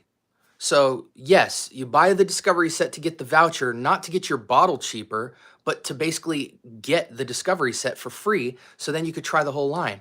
And another thing is if you think you like Bonnie, or you think you like Tres Oros, or you think you like, you know, La Tacita de Café, get the discovery set so you can wear each of those fragrances for like a full day or 2. So you know when you purchase the bottle that it's the best one to you in the line. Discovery sets are a must. Wait till I show you guys my Javoy set. Man, I've got some huge recommendations. What perfume is the best gift to give a girl on her birthday? I think the safest female fragrance you can give is YSL Libre. What does everybody think of Gucci Guilty Love Edition? It's okay. Have you tried the new Hugo Boss Bottled Bold Citrus? People are comparing it to YSL Y EDP. I haven't, Carlos. I haven't. I'm not a big YSL fan. It smells good to me, but I prefer L'Homme, La Nuit de L'Homme, Tuxedo, and Baby Cat before I even get to Y. Y is the second worst fragrance in the YSL line. Myself is the YSL myself is the worst, but myself and Y smell great. I'm not saying they smell bad, but to me, Baby Cat, Tuxedo, L'Homme, and La Nuit de L'Homme and Blue Electrique are better than Y. To me.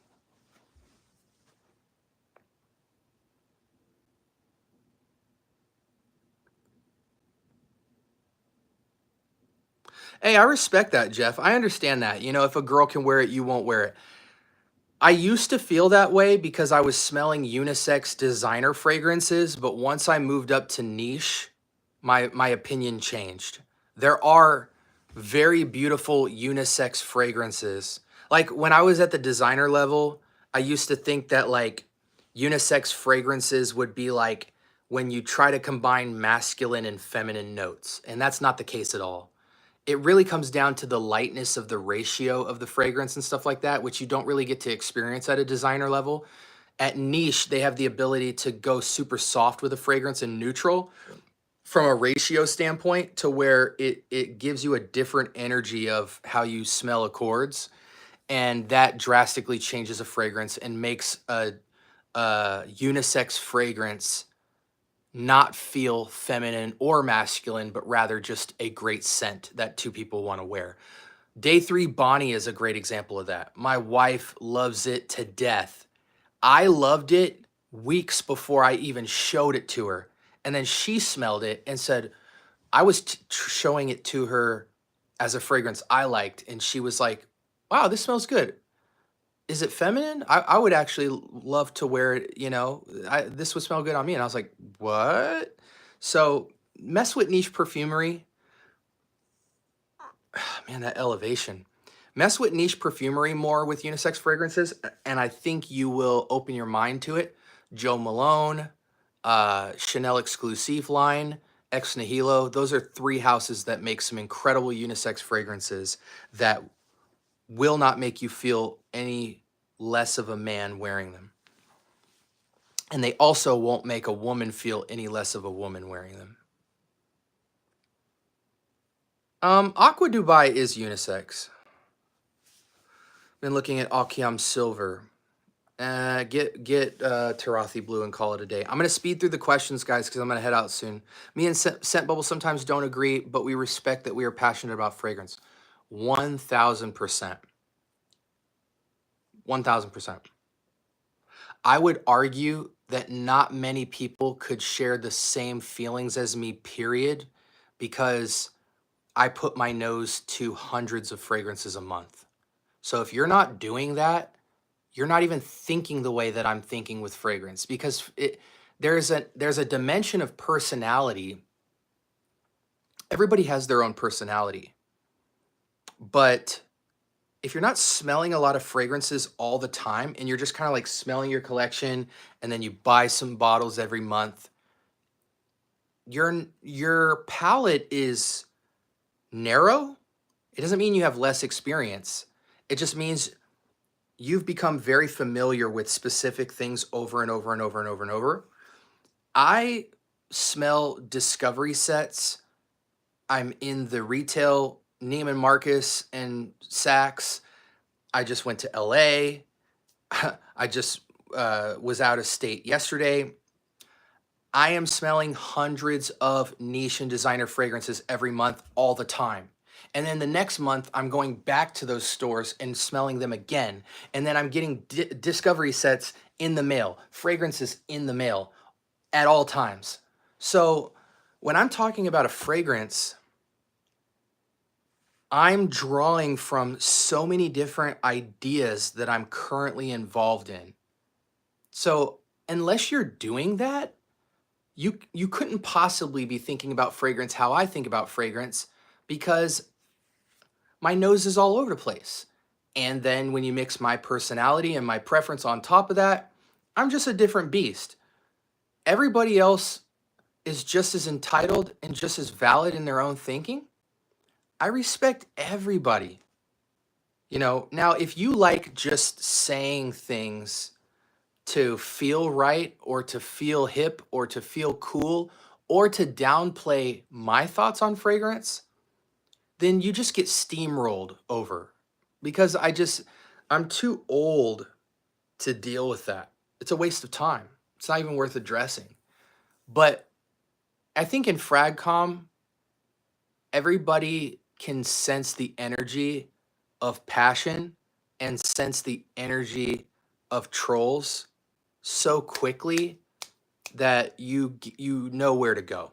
You know, some people love being over here, some people love being over here, and anybody that follows my channel knows I have a high respect for people because I do this channel for free and I overly talk about fragrances. Like, you guys got to remember also, at the end of the day, I feel how I feel about fragrances before I turn the camera on.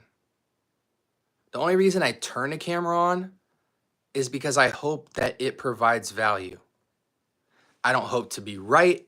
I'm not showcasing myself and my fragrance. Like, you go to my channel, it says I'm documenting my fragrance journey. And the only reason I'm doing that is because if it brings you any value, like any, I don't care if I say 9 things you don't like, but one really powerful thing that helps your fragrance journey, it's a win. I live my fragrance life off camera way deeper than I live it on camera. You guys only get 1/10 of what I actually feel and smell in fragrance. That's why I have 40, 50 videos uploaded on YouTube right now. You guys are watching videos from months ago. That's how passionate I am about fragrance. I have 40 videos uploaded in the YouTube queue. So when you guys see the Trace Oros video drop, I reviewed Trace Oros months ago. I love fragrance by myself. And so again, my approach has always just been, you guys, it's almost like I'm sitting in a car talking to myself and there's a camera on. That's how I showcase whatever I'm involved in with fragrance. If it helps, cool. If not, cool. Just unsubscribe from me and find somebody who you really connect with. Because that's one great thing about FragCom is you can find who you relate with. If you're looking for someone to relate with, you can find it. If you're looking for information, like, I'm the channel you come to if you are just looking for somebody who is the most active in fragrance, constantly smelling clone dupe inspired, constantly smelling reformulations, constantly smelling designer, constantly smelling niche, just all day, every day. That's why you come to this channel. I'm a resource guide of some of the most activeness in fragrance. And because I'm not tied to anybody and I don't get affiliation awards and all this, I can just be brutally honest. And people value that. But not everybody values that aspect of fragrance. Some people follow people just to hear jokes or just to see a man in a suit or a man with a cigar who has like just $1,000 bottles lined up in a row of like Boudicca just all in a line. That makes them feel good. It gives them a hard on. They'll hit the wall with their boner. That's not this channel. This channel is just a freaking National Geographic camera on a random dude who smells hundreds of fragrances a week. And that's it. If that's valuable, cool. But most people won't, you know, it is what it is. Let's see.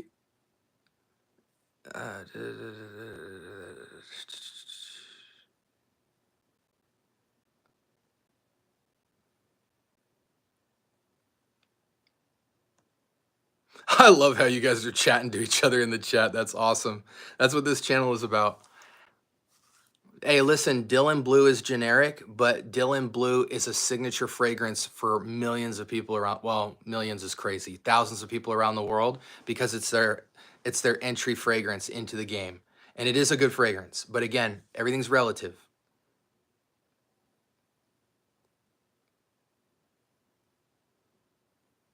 I mean, here's another case in point, right? Like, these are some of my new come ups in fragrance, right?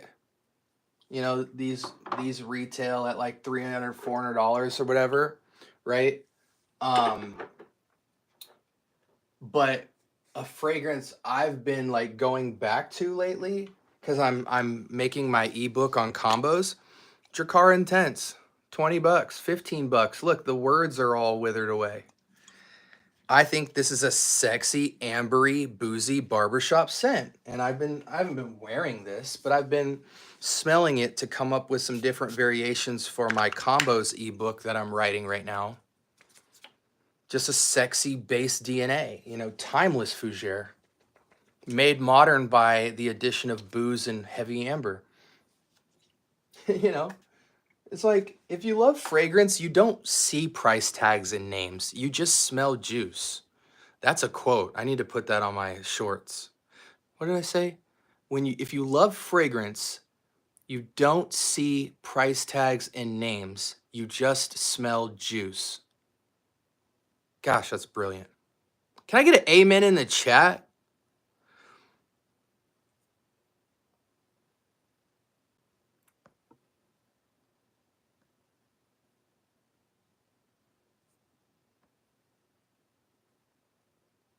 Dang, I am so behind.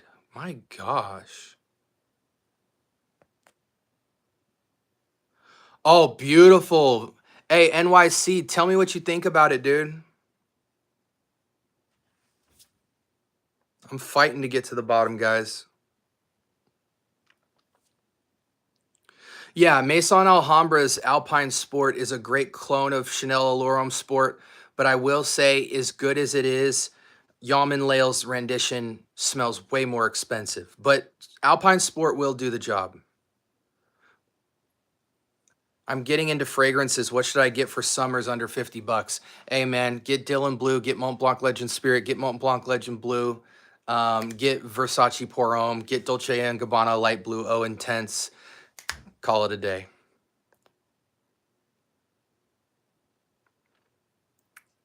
Anybody in here tried Versace the Dreamer? That's hilarious.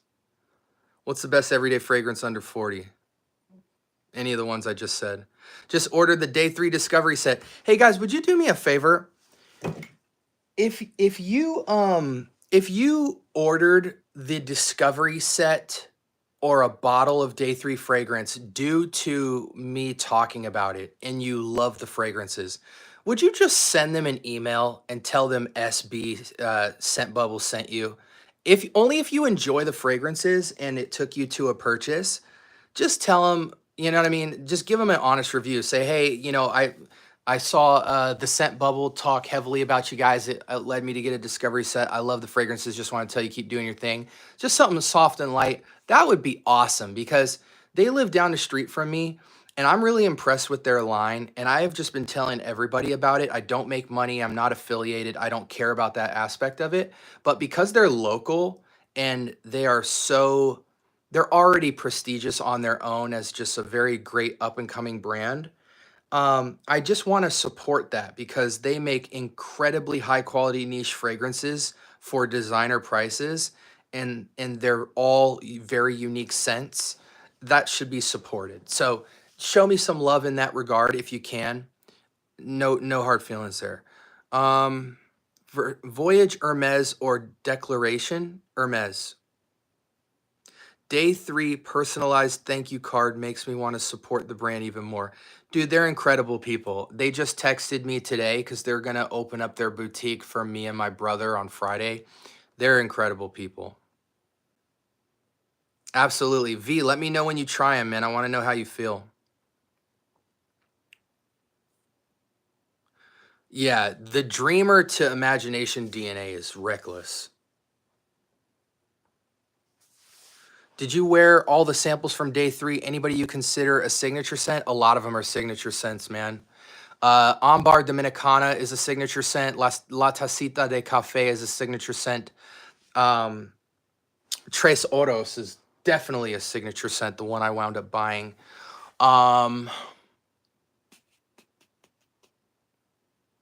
Those were some standouts. Most versatile is Bonnie and Aylin. Philosophia is also a signature scent. I forget some of the other names, but to me, Tres Oros, La Tacita de Café, Aylin, those are some of the most signature, but everything is signature. I think Bonnie is probably the least signature out of all of them because it's so versatile, light, and airy. But you could make a case for a lot of them that they're signature scent worthy. But yeah, Aylin, Tres Oros, Ambar Dominicana, very signature. Thoughts on Acqua di Gio Le Parfum? It's okay, but I prefer Profumo and Profondo. Uh, I have Eau de Parfum because it recently like really intrigued me. I've been wearing the entire line of Acqua di Gio for a long time now. Eau de Parfum's the only one today that really intrigues me. But Profumo is the sexiest of the entire line. Profondo is the freshest and most versatile of the entire line and most modern. Everything else is just somewhere in between and confused to me, even though it smells good. There are several scent teen channels. Why? Because the fragrance community is booming and kids are the most on YouTube and they're going to learn about it. Best cheap everyday fragrance? Come on. Have you reviewed D yet? No. Thoughts on Yam and Lail? Yam and Lail's very hit or miss. 50% of the time they make great scents. The other 50% of the time they make booty. Somebody like Fatboy Finesse. I think he's reviewed Yam and Lail the most. I've only reviewed 10 fragrances from the house so far. It's a clone called Aether. Yeah, Aether's a great version of Greenlee. Have you tried Cough? I haven't. I could have bought it the other day. It just didn't really speak to me when I looked it up on Fragrantica. Prada Ocean, Luna Rosa, or YSLY EDP. YSLY is more signature. Prada Luna Rosa Ocean is more versatile. So if you want a more versatile, fresh fragrance, go with Ocean. If you want a more signature, sexy nightlife fragrance, go with Y. Can I get to the bottom? Profondo EDP or light blue intense? Oh, that's a good one. That's a good question. That might be the best question asked of the night. Acqua di Gio Profondo or Dolce & Gabbana light blue O intense. Whoa. They're equal, dude. They're equal. Because Profondo is going to smell fresher. Profondo is going to smell fresher. Light blue O intense is going to smell brighter. The citruses are brighter, and Profondo, everything's fresher. So it just depends on what you want. They're both amazing fragrances with great performance. They're virtually equal. It's a preference battle.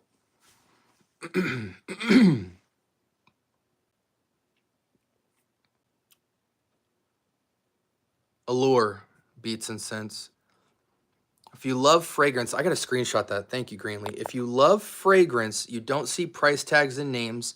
You just smell juice. Beautiful, Greenlee. Thank you for transcribing that. Sunrise on the Red Sand Dunes, Intense by Zara's a twist next to Dreamer. Interesting. In your opinion, what's the most versatile Zaharoff? I don't have a lot of experience with Zaharoff. I've smelled Seraphim Red and Blue and the original, and that's it. I don't even think those are the best. I think the better ones is like the black bottle, the original. There's like a rose one. There's like a black and pink one. I don't have a ton of Zaharoff experience. In fact, one of the winners of my fragrance bundle will get to pick whatever Zaharoff they want. That's incredible. One of the 3 grand prize winners will get to pick whatever Zaharoff fragrance they want. And there's a lot of bangers. So shout outs to Kix for, he said, yo, I want to celebrate your 2K with you. And he hooked it up. So with this grand prize right here, Kix will also be sending you any choice of Zaharoff that you want, which is pretty incredible. I have 13 fragrances in my cart. Which ones would you recommend I get first?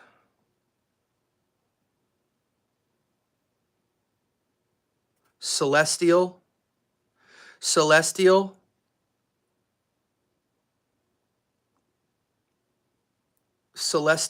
Momentum Unlimited, and then Oud Satin, because you'll probably use Oud Satin the least. It's the most sexy, romantic, date nighty type of fragrance, but it's very rich, and you're probably going to have that occasion less. Celestial is a signature, year-round, versatile, heavenly fragrance. Momentum Unlimited is like your metallic, citric, everyday utility wear. And then Oud Satin is going to be more of a date night signature that's very heavy. So it's a great fragrance, but in terms of utility, I would get that one last. Mont Blanc Presence EDT, Lalique Pour Homme, Lalique White, Lalique Ombre Noir, Rasasi Fatan, Song of Oud, Rasasi Shura, Pour Homme, Armas Latafa Art of Arabia. Okay. Which do you think is better, Off-Not Supremacy Collector's Edition or Supremacy Not Only Intense? Those are terrible connections, Abhinav. You cannot compare those two fragrances. Not Only Intense is closer to Armaf Per Show 1 than it is Supremacy Collector's Edition.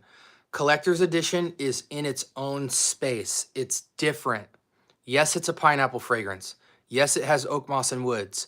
But Collector's Edition is unlike any Aventus clone that's ever been made. It is not like Energy. It is not like Nitro Black. It is not like L'Aventure.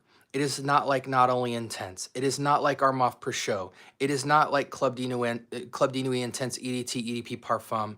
None of those. It is a different fragrance entirely, somewhere between Hasavat and Absolute Aventus. Closer to Hasavat. Heavy in oak moss, completely different style of pineapple. On the Eros Energy to Aventus Absolute spectrum, Not Only Intense is in between them with a little more oak moss. But the fragrance that beats Not Only Intense is Armaf Per Show 1. So if you're chasing Absolute, this beats Not Only Intense. Compliment factor is high, the juice is better. Get that. If you want something closer to Hasavat, but has the same pineapple as Cade Alferson, but way richer, way more expensive juice, and has more of the Absolute feel, but heavy in oak moss, probably the heaviest oak moss offering to the Aventus DNA to date, then you get this. I have both because they do two completely different things, but this is the highest offering in between Nishane, Hasavat, and Absolute. It's somewhere in the middle. And this is the best current offering out of all of the clones that sits between Versace Eros Energy and Aventus Absolute. And in my experience, testing over 20 Aventus clones, nothing gets one-to-one accuracy. The highest accuracy I've seen personally is 95%, and it's this fragrance right here. And even though it's 95%, it is still a hybrid of Versace Eros Energy and Aventus Absolute, leaning closer to Aventus Absolute.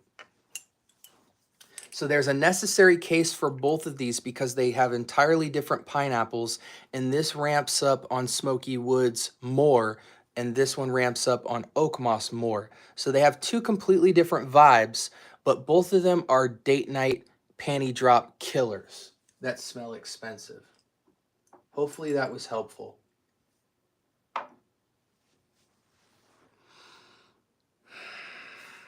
Can I get to the bottom of the chat so I can go to sleep, guys? You know I love you, but I also love sleep.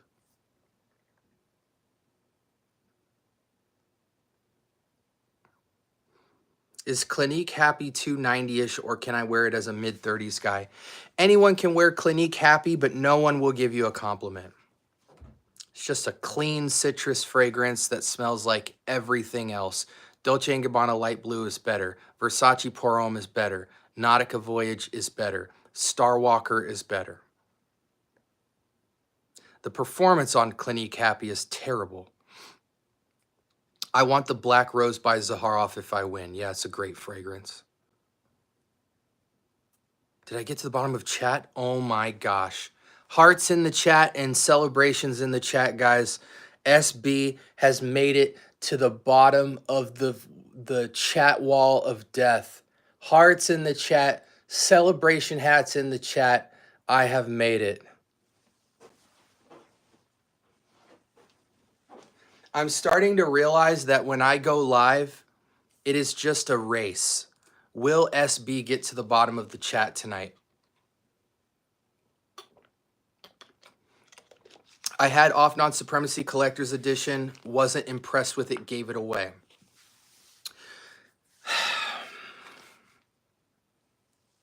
Did you like Armaf Pro Show 1, or you just simply haven't tried it? Matter of fact, actually, that's a terrible question.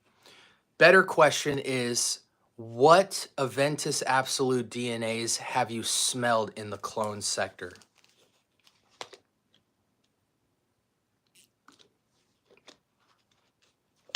Okay.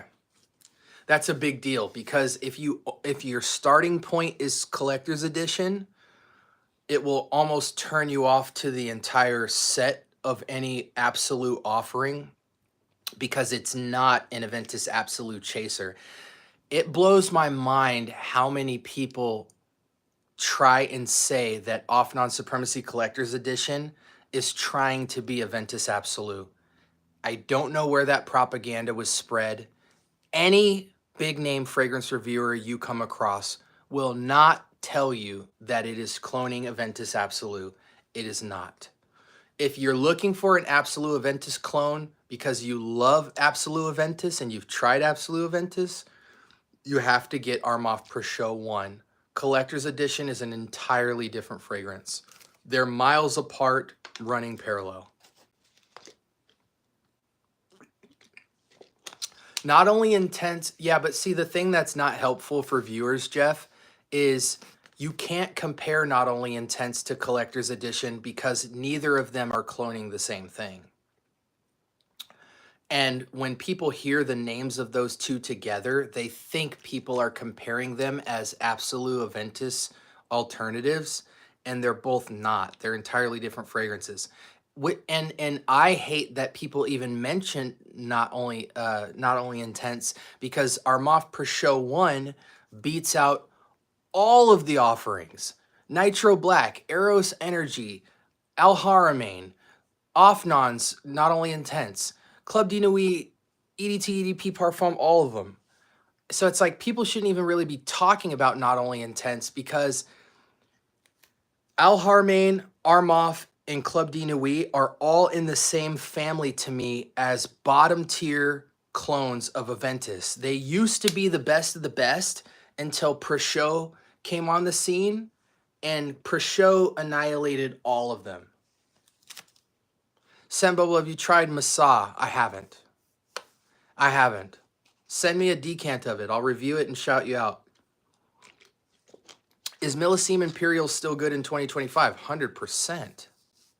100%.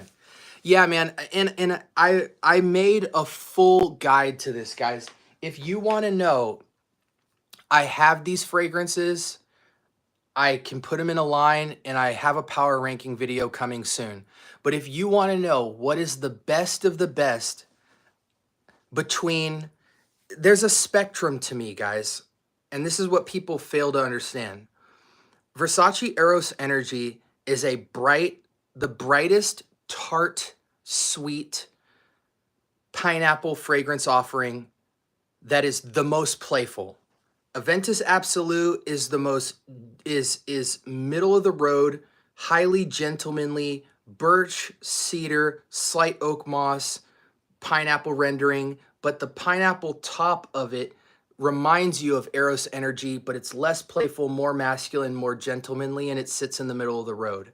Then the highest masculine, expensive luxury rendering of that is Nishane Hasavat. Hasavat has a different pineapple altogether. It's not bright and tart. It's subdued. It's candied. It mimics a Kate Alferson type of dull, candied pineapple.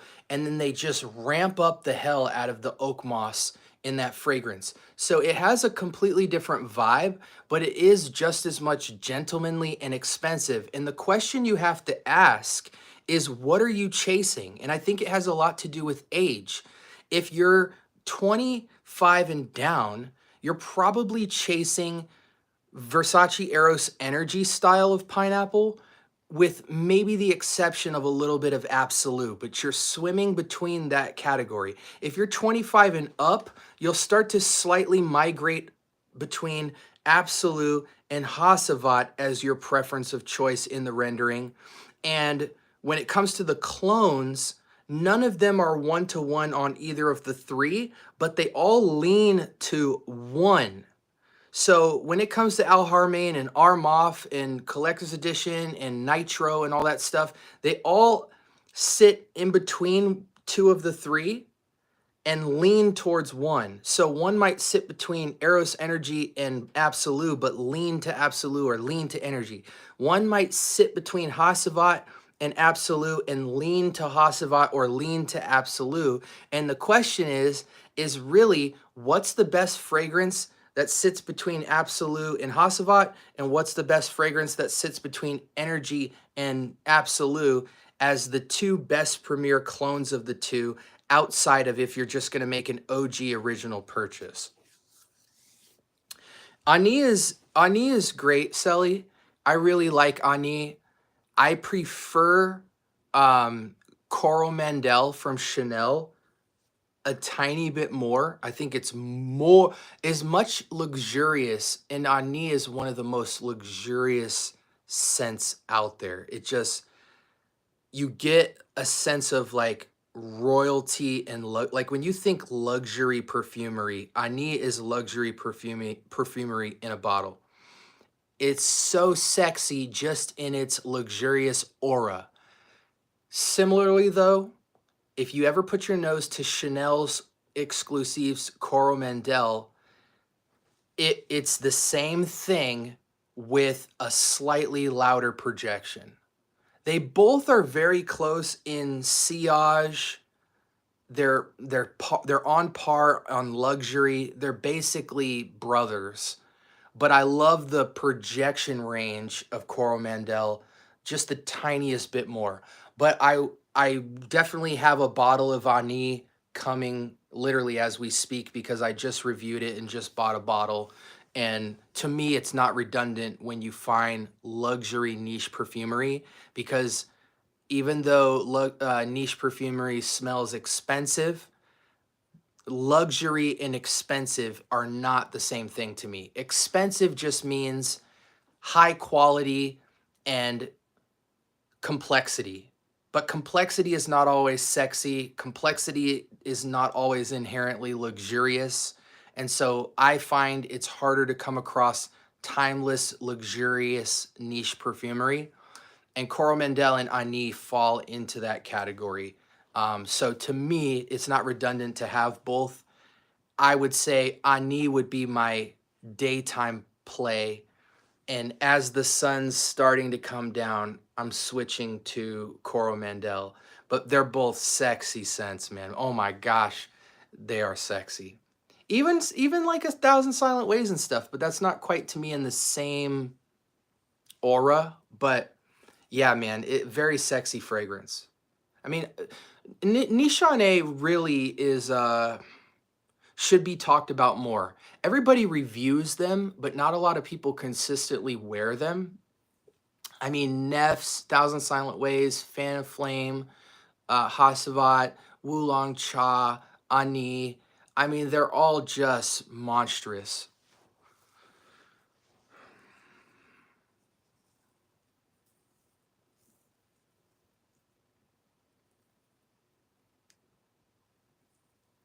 I have a more cafe instant crush Nishane B126. What's another nice niche I should add? Maybe summer vibes.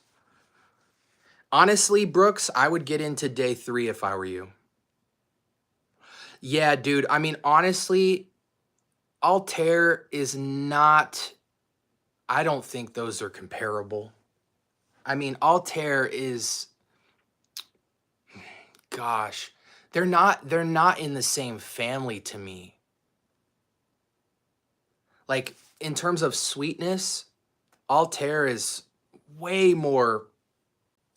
Ani is, and this is what I think older men north of, I'm 36, but I think men above 25 should start to, as they branch into niche and designer, the ratio of sweetness is like real important because some people prefer sweet and things in that realm to be loud and projective.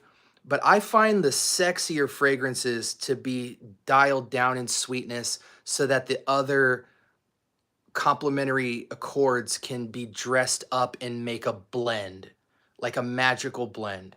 And so I find that my vanillas have to be super dialed down. My sweet, powdery violet leaf and white florals and heliotropes have to be scaled down to let everything else live around it and make more personality into a fragrance. Altair, to me, is one of your more projectively loud whoa fragrances. It's still good, but it's not comparable to Ani. Ani is a sexy, I want to find every excuse to get up in that man's jacket finesse fragrance. Altair is not a finesse fragrance to me. And that is something I don't think is really talked about in fragrance. Like men, when it comes to panty droppers and date night and seduction and allure, they want to make a statement with their fragrance when they walk in a room. I don't. I want to walk in a room and when people come up to me, they're completely distracted by an experience that they get only as they get closer to me. I like the allure. I like the play. I like when fragrances have gravity. They suck you in. I don't like fragrances that make statements for me before I've even opened my mouth or before I've even come into your vicinity. And a fragrance like Ani is so sexy because it makes you stop everything you're doing and just move toward the person wearing it and find every excuse in the book to get closer.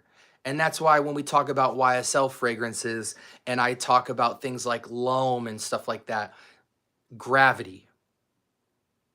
Will the woman find excuses to get in your jacket? Or will she make all her decisions about you from a distance because she can figure you out at 6 feet because your fragrance is so loud? I'm not that guy. I'm going to walk up to you and blow your mind. You're not going to get your mind blown at a distance. I'm not a sniper. I got the little dagger in my hip. You know what I'm saying? I'm going to do damage within my scent bubble. You know what I'm saying? But when I walk away, you're going to be mad that I left the room. I'm not leaving nothing behind for you to enjoy. That to me is what sexy masculinity is in a fragrance in its highest showcase. Not the fragrance that jumps and break dances and is popping and locking across the room. That's not me. I'm 36.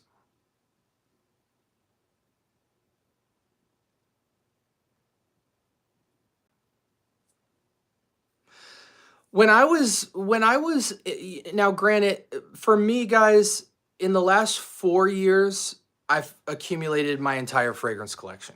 Okay? Yeah, I'm sitting at somewhere close to 300 and then an additional like 200 decants. So probably like 500 cents in total I carry. When I was younger though, and for like 15 to 20 years of fragrance wearing for me. I wore the same like 5 fragrances. I wore Gucci Guilty Original. I wore this original Marc Jacobs by Marc Jacobs. This is like a 27-year-old fragrance. That was my date night panty dropper. I wore Versace Dreamer. This is an original like 25-year-old bottle. I wore Aqua de Joe Eau de Toilette around the clock. I wore like 4 or 5 fragrances around the clock. It wasn't until like 4 or so years ago when my whole mind got blown to the world of fragrance in a crazy way, and then I just fell into the rabbit hole, you know. So that's my story. Best Oud Satin Mood clone without question is Oud Satin from Ministry of Oud. 25, 30 bucks, 9.5 out of 10 in closeness. You get all the performance with it. It's sexy. However, I will say to you guys that as sexy as Oud Satin Mood feels, Oud Silk Mood is more masculine, more different, and more sexy. Oud Silk Mood is so slept on because of the marketing of Oud Satin Mood. It's not even funny.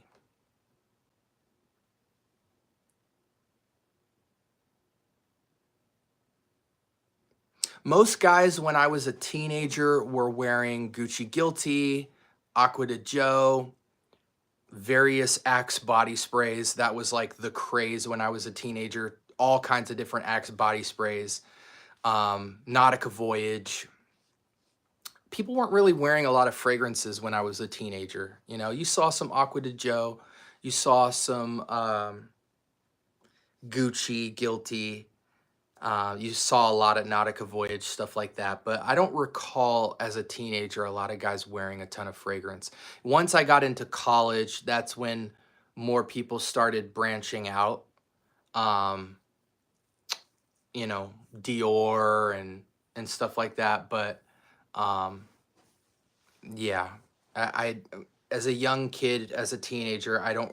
Now, older men around me, like my dad has been wearing Fahrenheit since 2000s, late 90s, something like that. You know, but he's a suit and tie guy. He's been wearing a suit since he came out of the womb, you know. That's I should reflect back to see what people were wearing when I was a kid. I really need to put some thought to it.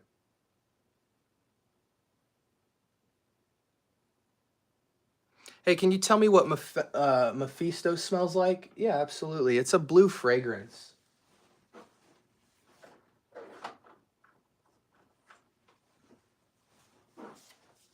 Casa Murati, Xerjoff. It's a very blue fragrance to me. I ignore the notes when I smell this. This is kind of like a more projective blue talisman style of DNA. You know, it's a blue fragrance. It's slightly minty. It's a citrus basket type of fragrance. A lot of citruses up top, mostly have a lime feel. Limey dominant citrus basket, blue talisman feel, blue fragrance, slightly minty, very light but very projective. The sillage is very nice on this, extremely versatile. Just dumb reach, but smells super expensive, super niche. I would get this over Blue Talisman any day of the week.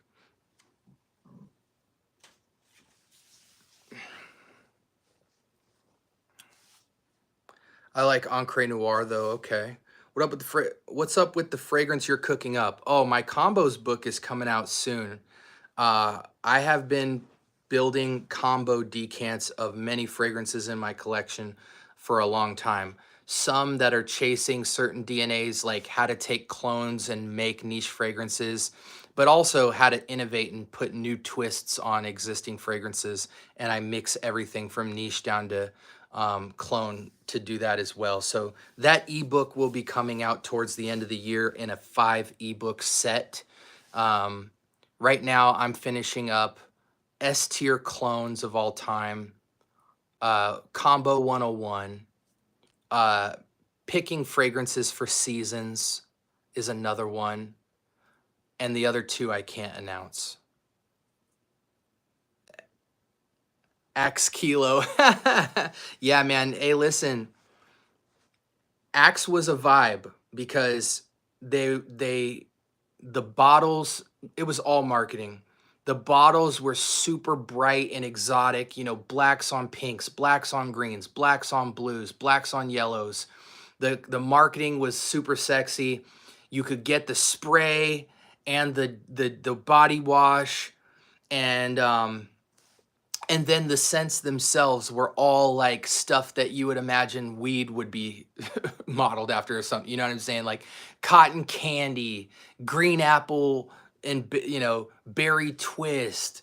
You know, all these like sexy names that as a kid you're like, girls will want me, and you pull out your Axe body spray after PE and just light up. That was a whole era. And Cremo is pretty much the gentleman evolution of that in the body soap, oils, shaving cream realm. But Axe still does a lot of damage. Like a lot of kids between Cremo and Axe, that's their whole lane. I have a lot of niche fragrances coming in. I have by Killian's let me look. Oh, it's on my phone. I have by Killian's Straight to Heaven coming in. I have some Bodicea coming in, like 2 or 3 Bodicea. I have Ex Nihilo Patchouli Memory coming in. I have I re-upped on some Oud Wood. I have 3 Rojas coming in. I told you guys I'm only getting niche for like the next 2-3 months, so that's where I'm at with it. I have Imaginary Authors, Slow Explosions coming in. My Javoy is my new favorite house. Best discovery set of all time, Javoy. If you're a content creator in fragrance, you must get the Javoy discovery set. 16 2mls with comic cards that come with each one. The scents are incredible. If you're over 25, those will be the new most luxurious scents that are signature that you've ever tried. And I have sat with that discovery set so much that I only have like 2 or 3 sprays left for my reviews because I've enjoyed smelling them in private so much.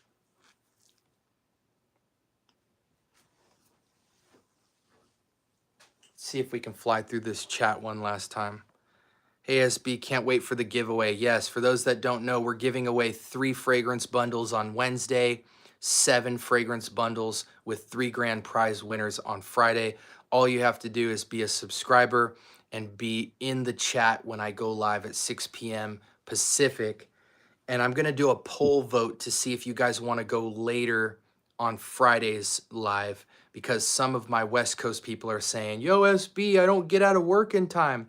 So we'll see if we boost it up. But every hour that we boost it up is a 3-hour increase on my East Coast people. So we got to be respectful of that. But we'll do a poll. 10 people all together will get a total of 30 fragrances in total. Everybody will get at least 3 fragrances, and the 3 grand prize winners will get niche designer and clone fragrances. It's going to be incredible. And everyone who attends the Friday giveaway will get 1 excerpt from one of my ebooks as a digital download of well, I'm not gonna spill the beans on what that's gonna look like, but it's awesome. So everyone will win something.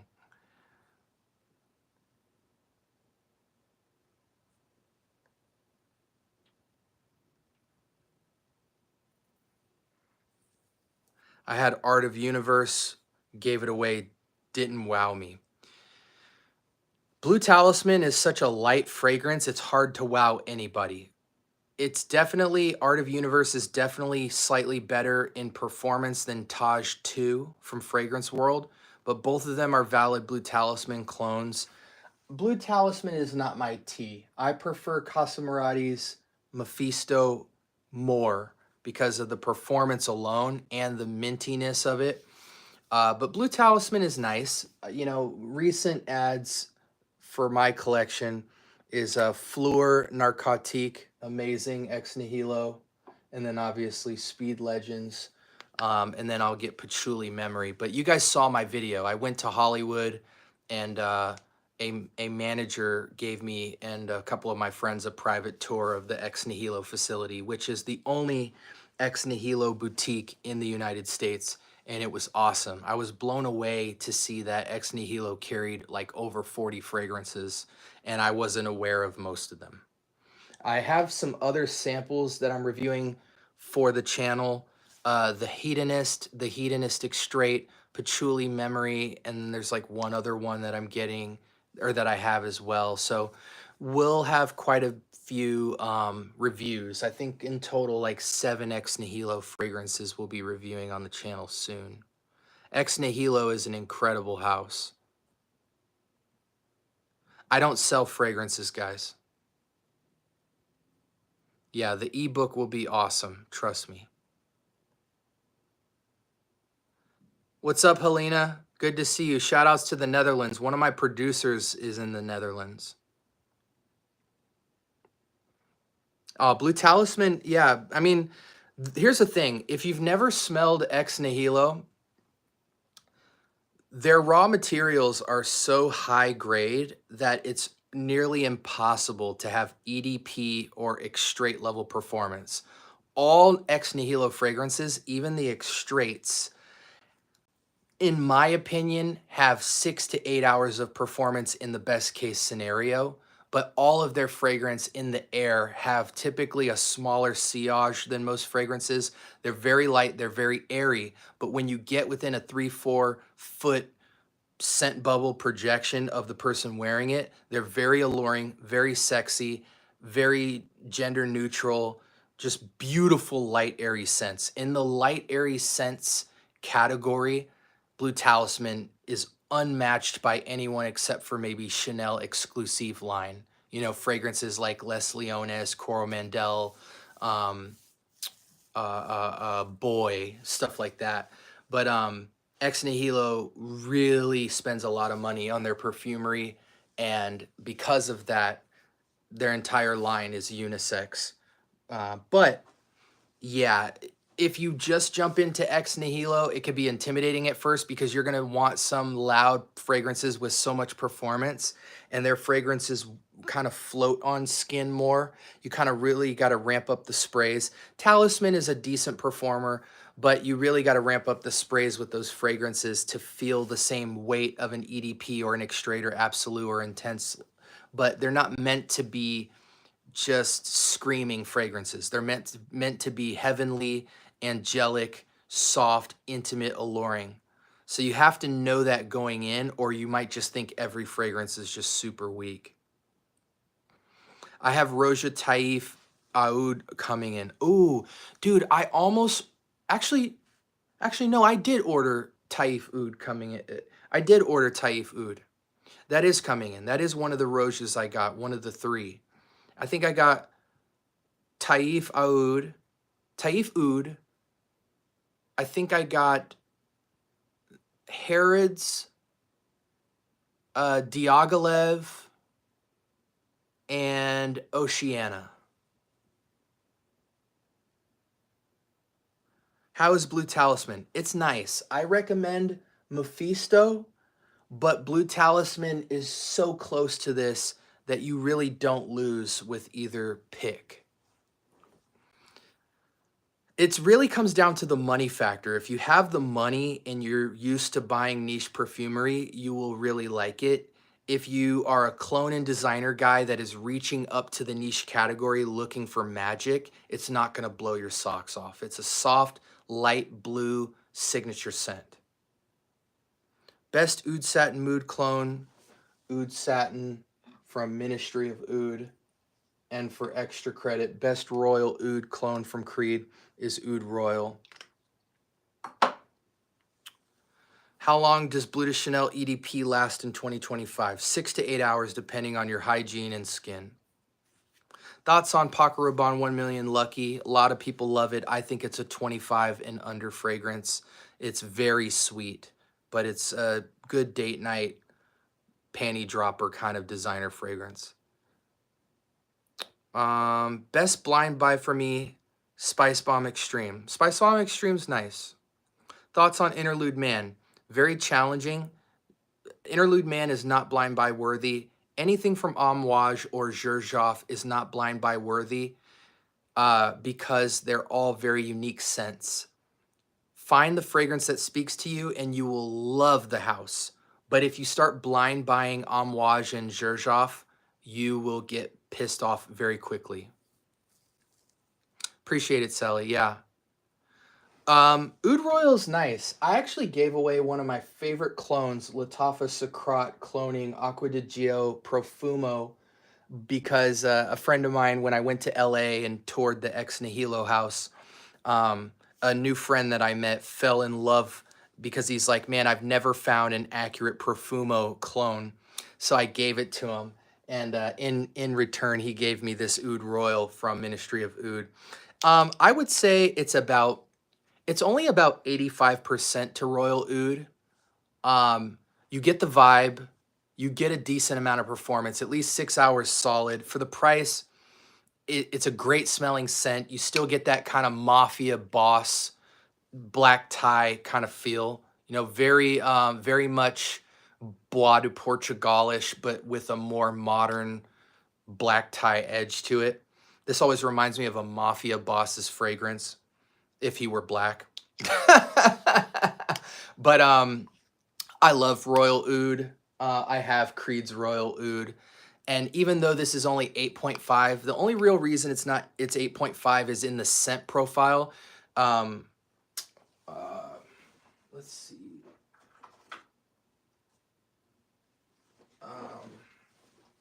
So this is a super macerated decant of Creed Royal Oud from my boy Kix. Royal Oud's a little bit more spicy and peppery, a little more black peppery, a little more classic fougere. It's still timeless fougere, Royal Oud, but in the most classic way possible, it's timeless. More peppery. The struggle with Royal Oud has always been performance. If you don't rack up 12 to 15 sprays on this, your projection is going to be nice for about 4 or 5 hours. But with Royal Oud, it's a little less peppery, but everything else is still there.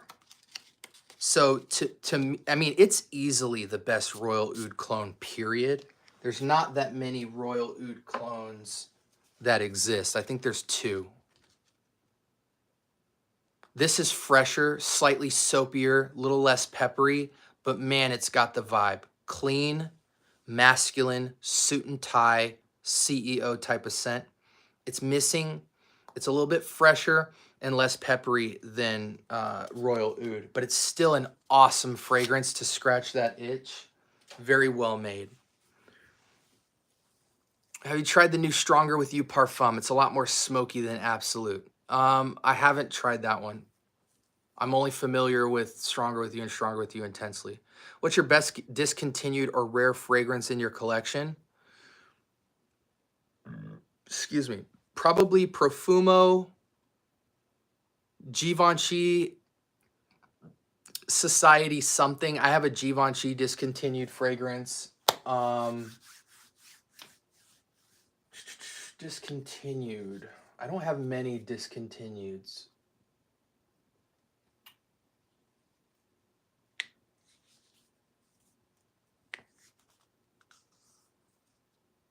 Yeah, those are the 2 that come to my mind that I have. I'm not really that picky about discontinueds. I also have some really old Dior Homme Intense, 2011 or whatever, but I don't touch it. Hey there, I'm starting my collection. Can you tell me under $10 fragrances which are worth it and smell too good in my collage? I want some compliments. You're not going to get fragrances under $10 that give you compliments. For $10, go get Dove bar soap. Do this. Get African black soap. Scrub all the skin off of your body with it. And then get some nice Heavenly Dove body bar soap. And after you get that African black soap on you to wash all that dead skin off, throw some Dove on top so you can get some creamy conditioner style, majestic angelic scent profile in you, and let the soap take you home, baby. Don't buy a fragrance if you have $10. If you have 30 bucks, you can get a lot of stuff on this shelf. I would say mess with Lalique as a designer house, mess with Bentley as a designer house, swim in those two houses, and you can get pretty much anything at the $30 or $20 price point, and you will knock some socks off. Yeah, if you have $10, spend $5 on a 12-pack of Irish Spring or African Black soap. Spend the other $5, if you can afford it at that point, on some Dove, and let soap drop them panties.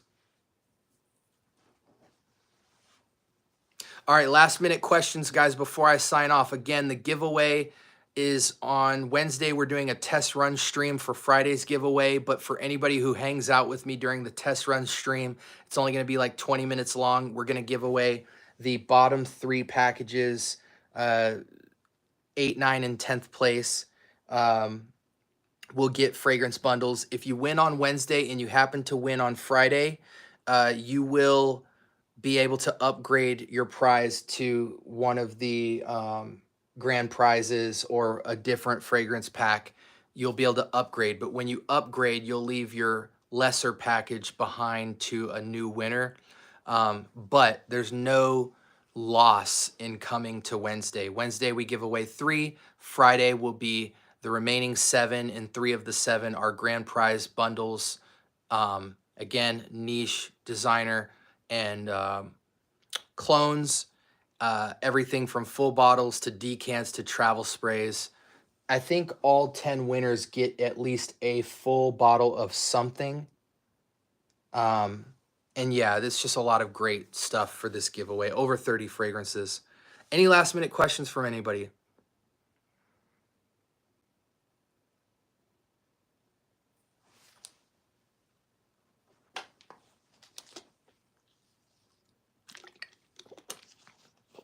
Best decant site is scentdecant.com. Best discovery set site is luckyscent.com, because every time you purchase a discovery set, they give you 3 to 6 niche decants of your choice on top for free. Best discounted decants that come with, because here's the thing, when you get a decant, you don't really want a 5, 10, or 20 ml travel spray. When you're getting decants, I'm assuming you're just trying to try the fragrance to see if you want to buy it. So you want the least amount of juice, but you want an atomizer on it. And most decant websites don't put atomizers on anything 2 ml or below. So you wind up having to get a 3, 5, or 10 ml just to try the fragrance. And it's a waste of money on a waste of juice. So Scent Decant allows you to get 1 and 2 ml fragrances with atomizers on them, so you can both wear them. I think a 2 ml atomizer comes with about 20 to 25 sprays. You automatically get 30% off of all of your purchases of decants. So you get a 30% discount off all decants, and you get atomizers on the smallest size. So scentdecant.com. There's a ton of other decant sites, Decant X, Micro Perfumes, Scent Split, all those, but none of them are better than Scent Decant. The only reason I travel outside of Scent Decant is if I can't find a fragrance. But most of the time, I'm going to go to Lucky Scent to get a discovery set, because I'm going to get fragrances on top. I ordered the Javoy discovery set, and on top of that, they gave me Ani, Wulong Cha, 2 Born to Stand Out fragrances, and then Imaginary Authors. And I got to pick all of them. So, you know, hopefully take that with a grain of salt. Acqua di Gio, Profondo, or Bleu de Chanel? Bleu de Chanel.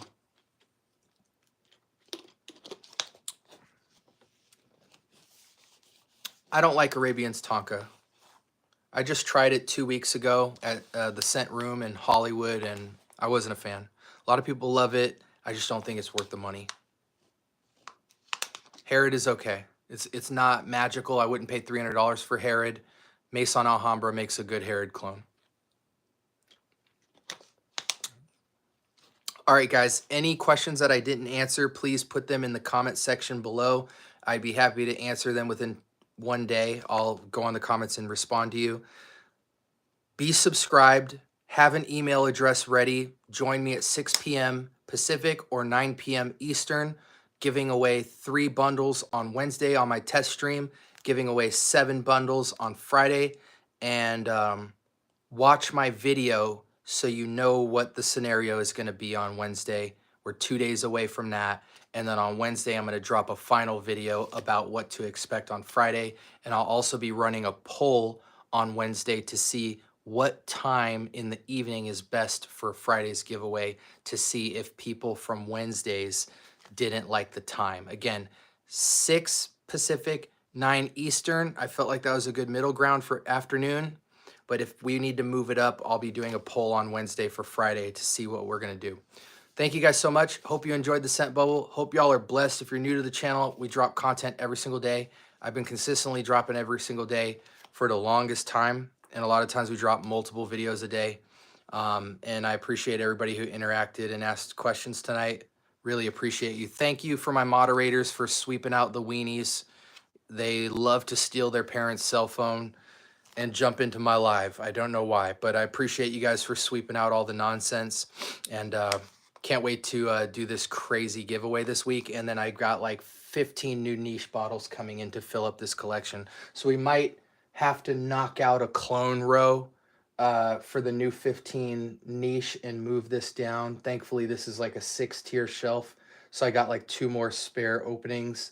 And then I've got 40 videos queued up in reviews already. So, and I'm literally sitting on like 100 fragrances, all niche, that I still have to review. So there's enough content to last me another 6 months. But anyways, I appreciate you guys. Love y'all. Thank you for everybody signing up. Selly, you need to, on my channel, I have an Instagram IG, but it's my music page, Conscience Hip Hop. Look that up.